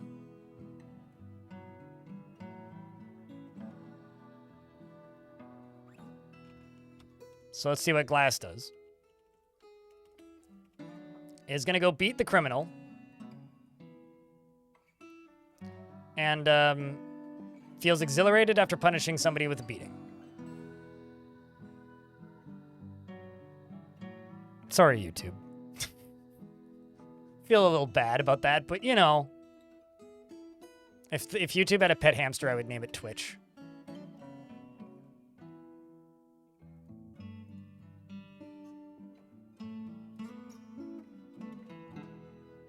I'm not dumping Masterwork clothes.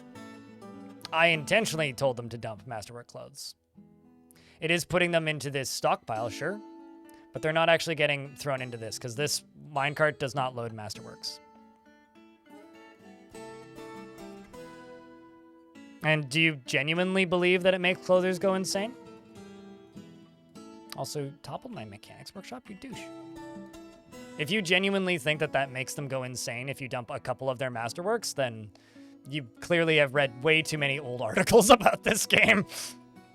It's not hard to compensate for that.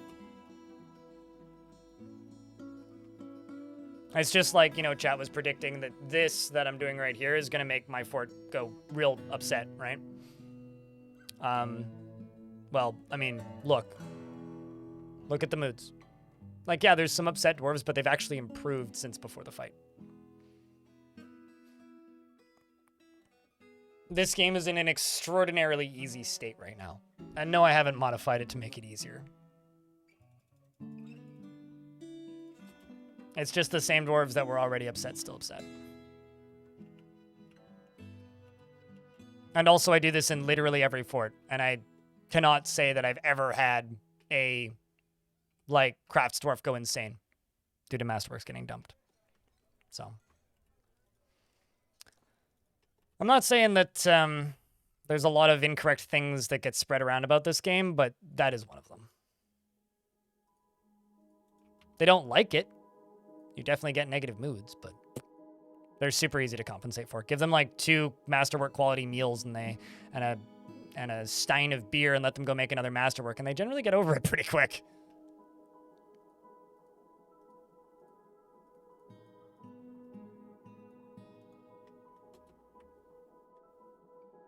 Well, because they were all in the military, right?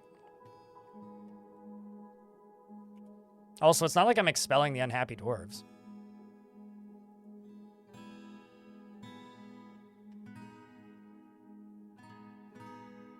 My mayor here really wants to craft the job.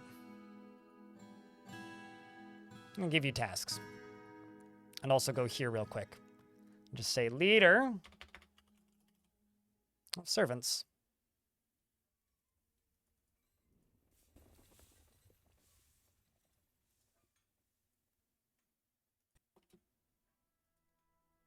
Let you conduct that meeting that you've got to conduct, and then go make a craft.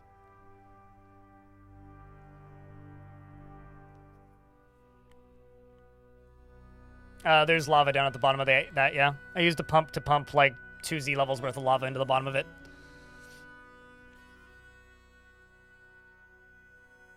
There, clear your craft and object need. Please and thank you. There you go.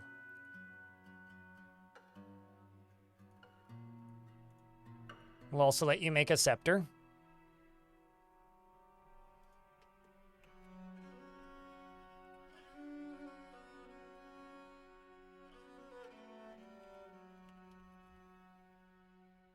That is a lot of obsidian.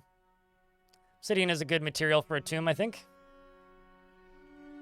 Rolf, how are you today? It's good to see you. Chat room, can I get a big round of beers saying hi to Rolf?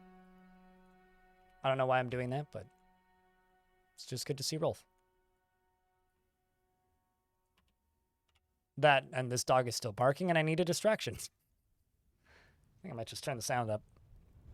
I usually leave my sound pretty low.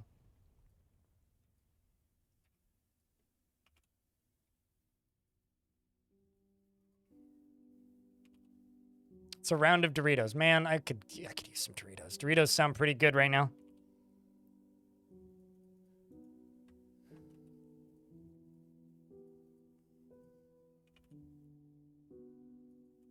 Although I'm not entirely sure what annoys me more right now, this dog that's barking or the man that's smoking directly outside of my apartment.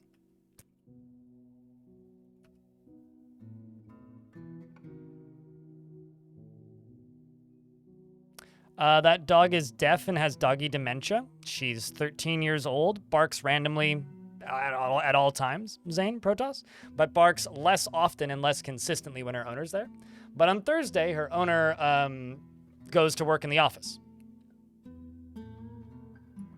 instead of working from home. So when her owner is gone, dog just barks kind of nonstop the entire time she's gone. So even if I had a dog whistle, it wouldn't do anything. It's poor doggy and also not the best owner. I have a tutorial on minecarts that's pretty good, YouTube chat, if you're confused. Yeah, it's kind of more just a sad thing. Kill the smoker and eat the dog.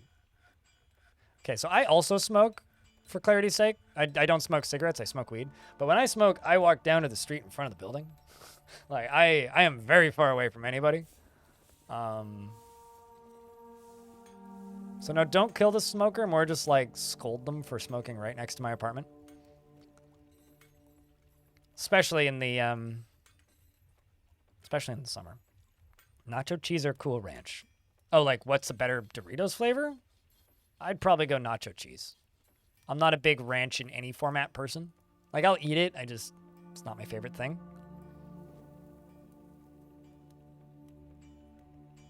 I mean, plenty of people smoke in the apartments in this building. I'm polite.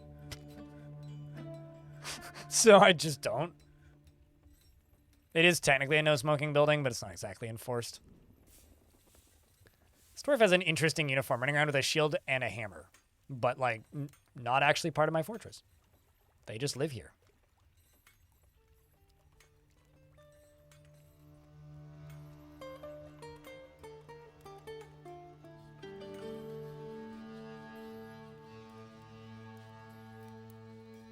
They're going to have a terracotta army of elephants in here.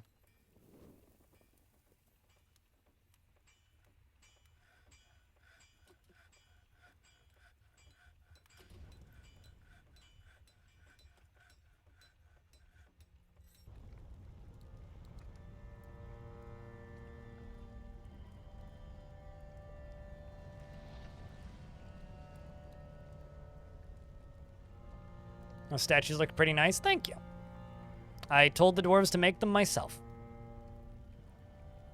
Put a display there in case I want to put a display on there. I'll put an instrument up here. And I will unforbid this. I'll just smooth the walls for now.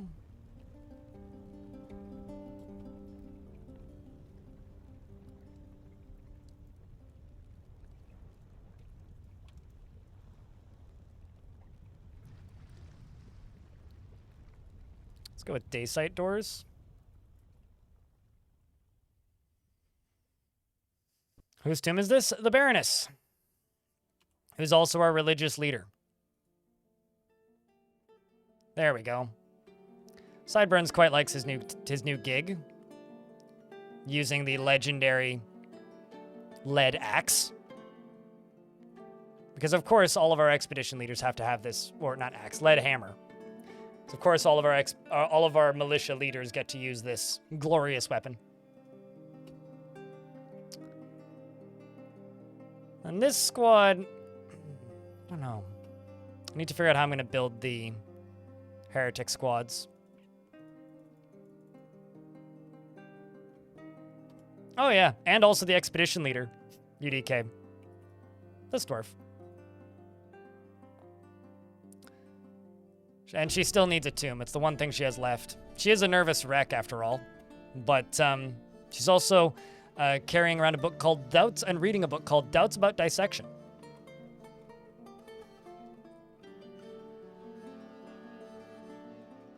Quality emote, him go fast.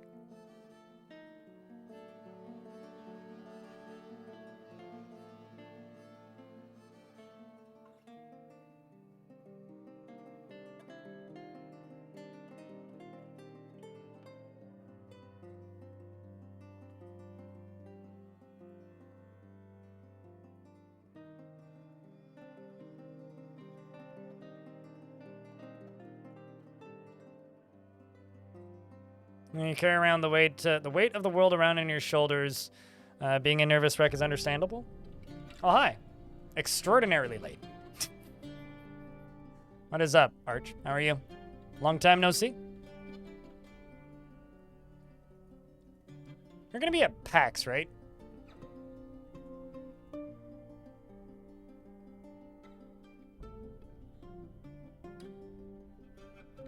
You're not normally around at this time? Yeah. Yeah.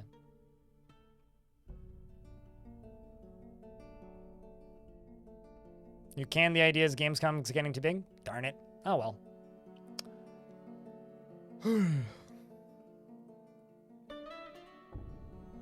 It's probably for the best.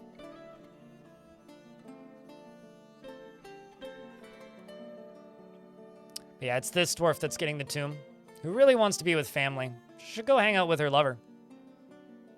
Maybe that would be a good idea. Looks like somebody threw a book at the wall. Should complain about that to the dwarves' managers. How dare you throw the book at the wall? Okay, so this up here is going to be removed from this burrow.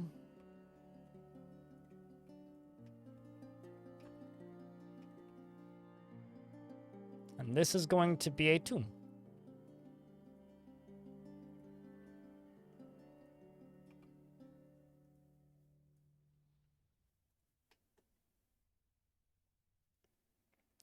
And this is going to be dedicated to my Baron. And she still wants something. She wants a weapon rack and an armor stand. I can easily do that. Very easily. Weapon rack, although it might be multiples. And an armor stand. And there we go. She still wants that zinc... Now she wants a zinc table. Oh boy. Why do you include the walls in the zone? Because it increases the value? As long as they're smoothed, it increases the value. It decreases the value if they're not smoothed. Because, like, the idea with these zones is you're trying to get the highest value possible, right?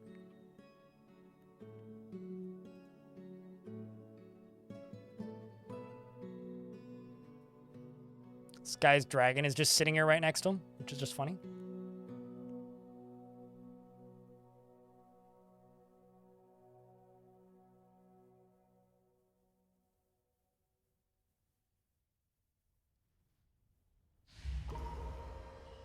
What's my favorite stream? I don't really have one. Whichever's on sale. Generally. Who was that? Mebsith. And I also don't really buy into Sativa Indica stuff. Just kind of seems like nonsense to me.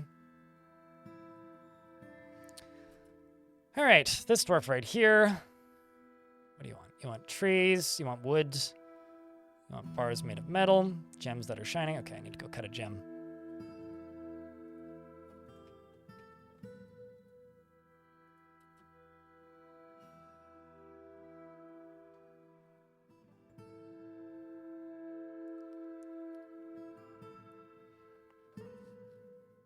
I used to just go with the strongest. I don't anymore.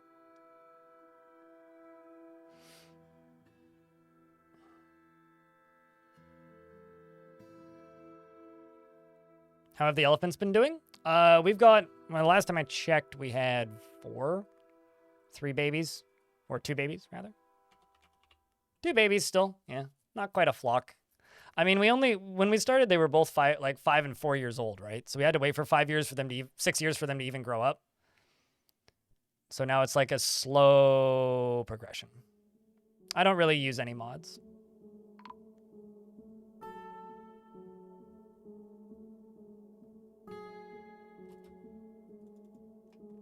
Got a singular snatcher.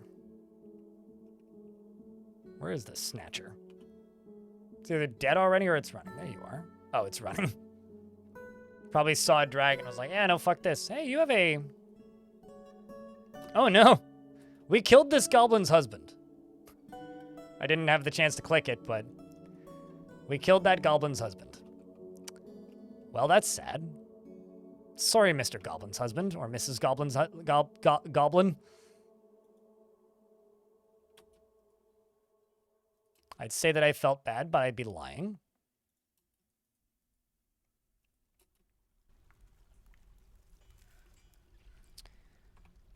Okay, so I need 2 things. I need a trading zone, and I need a proper hospital. So I think what I'm going to do...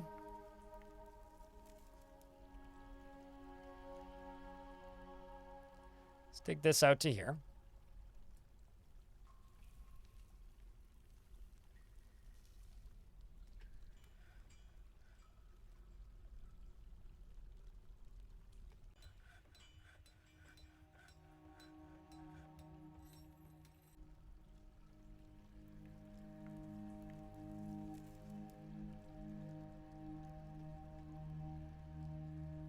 We'll cut out all of this.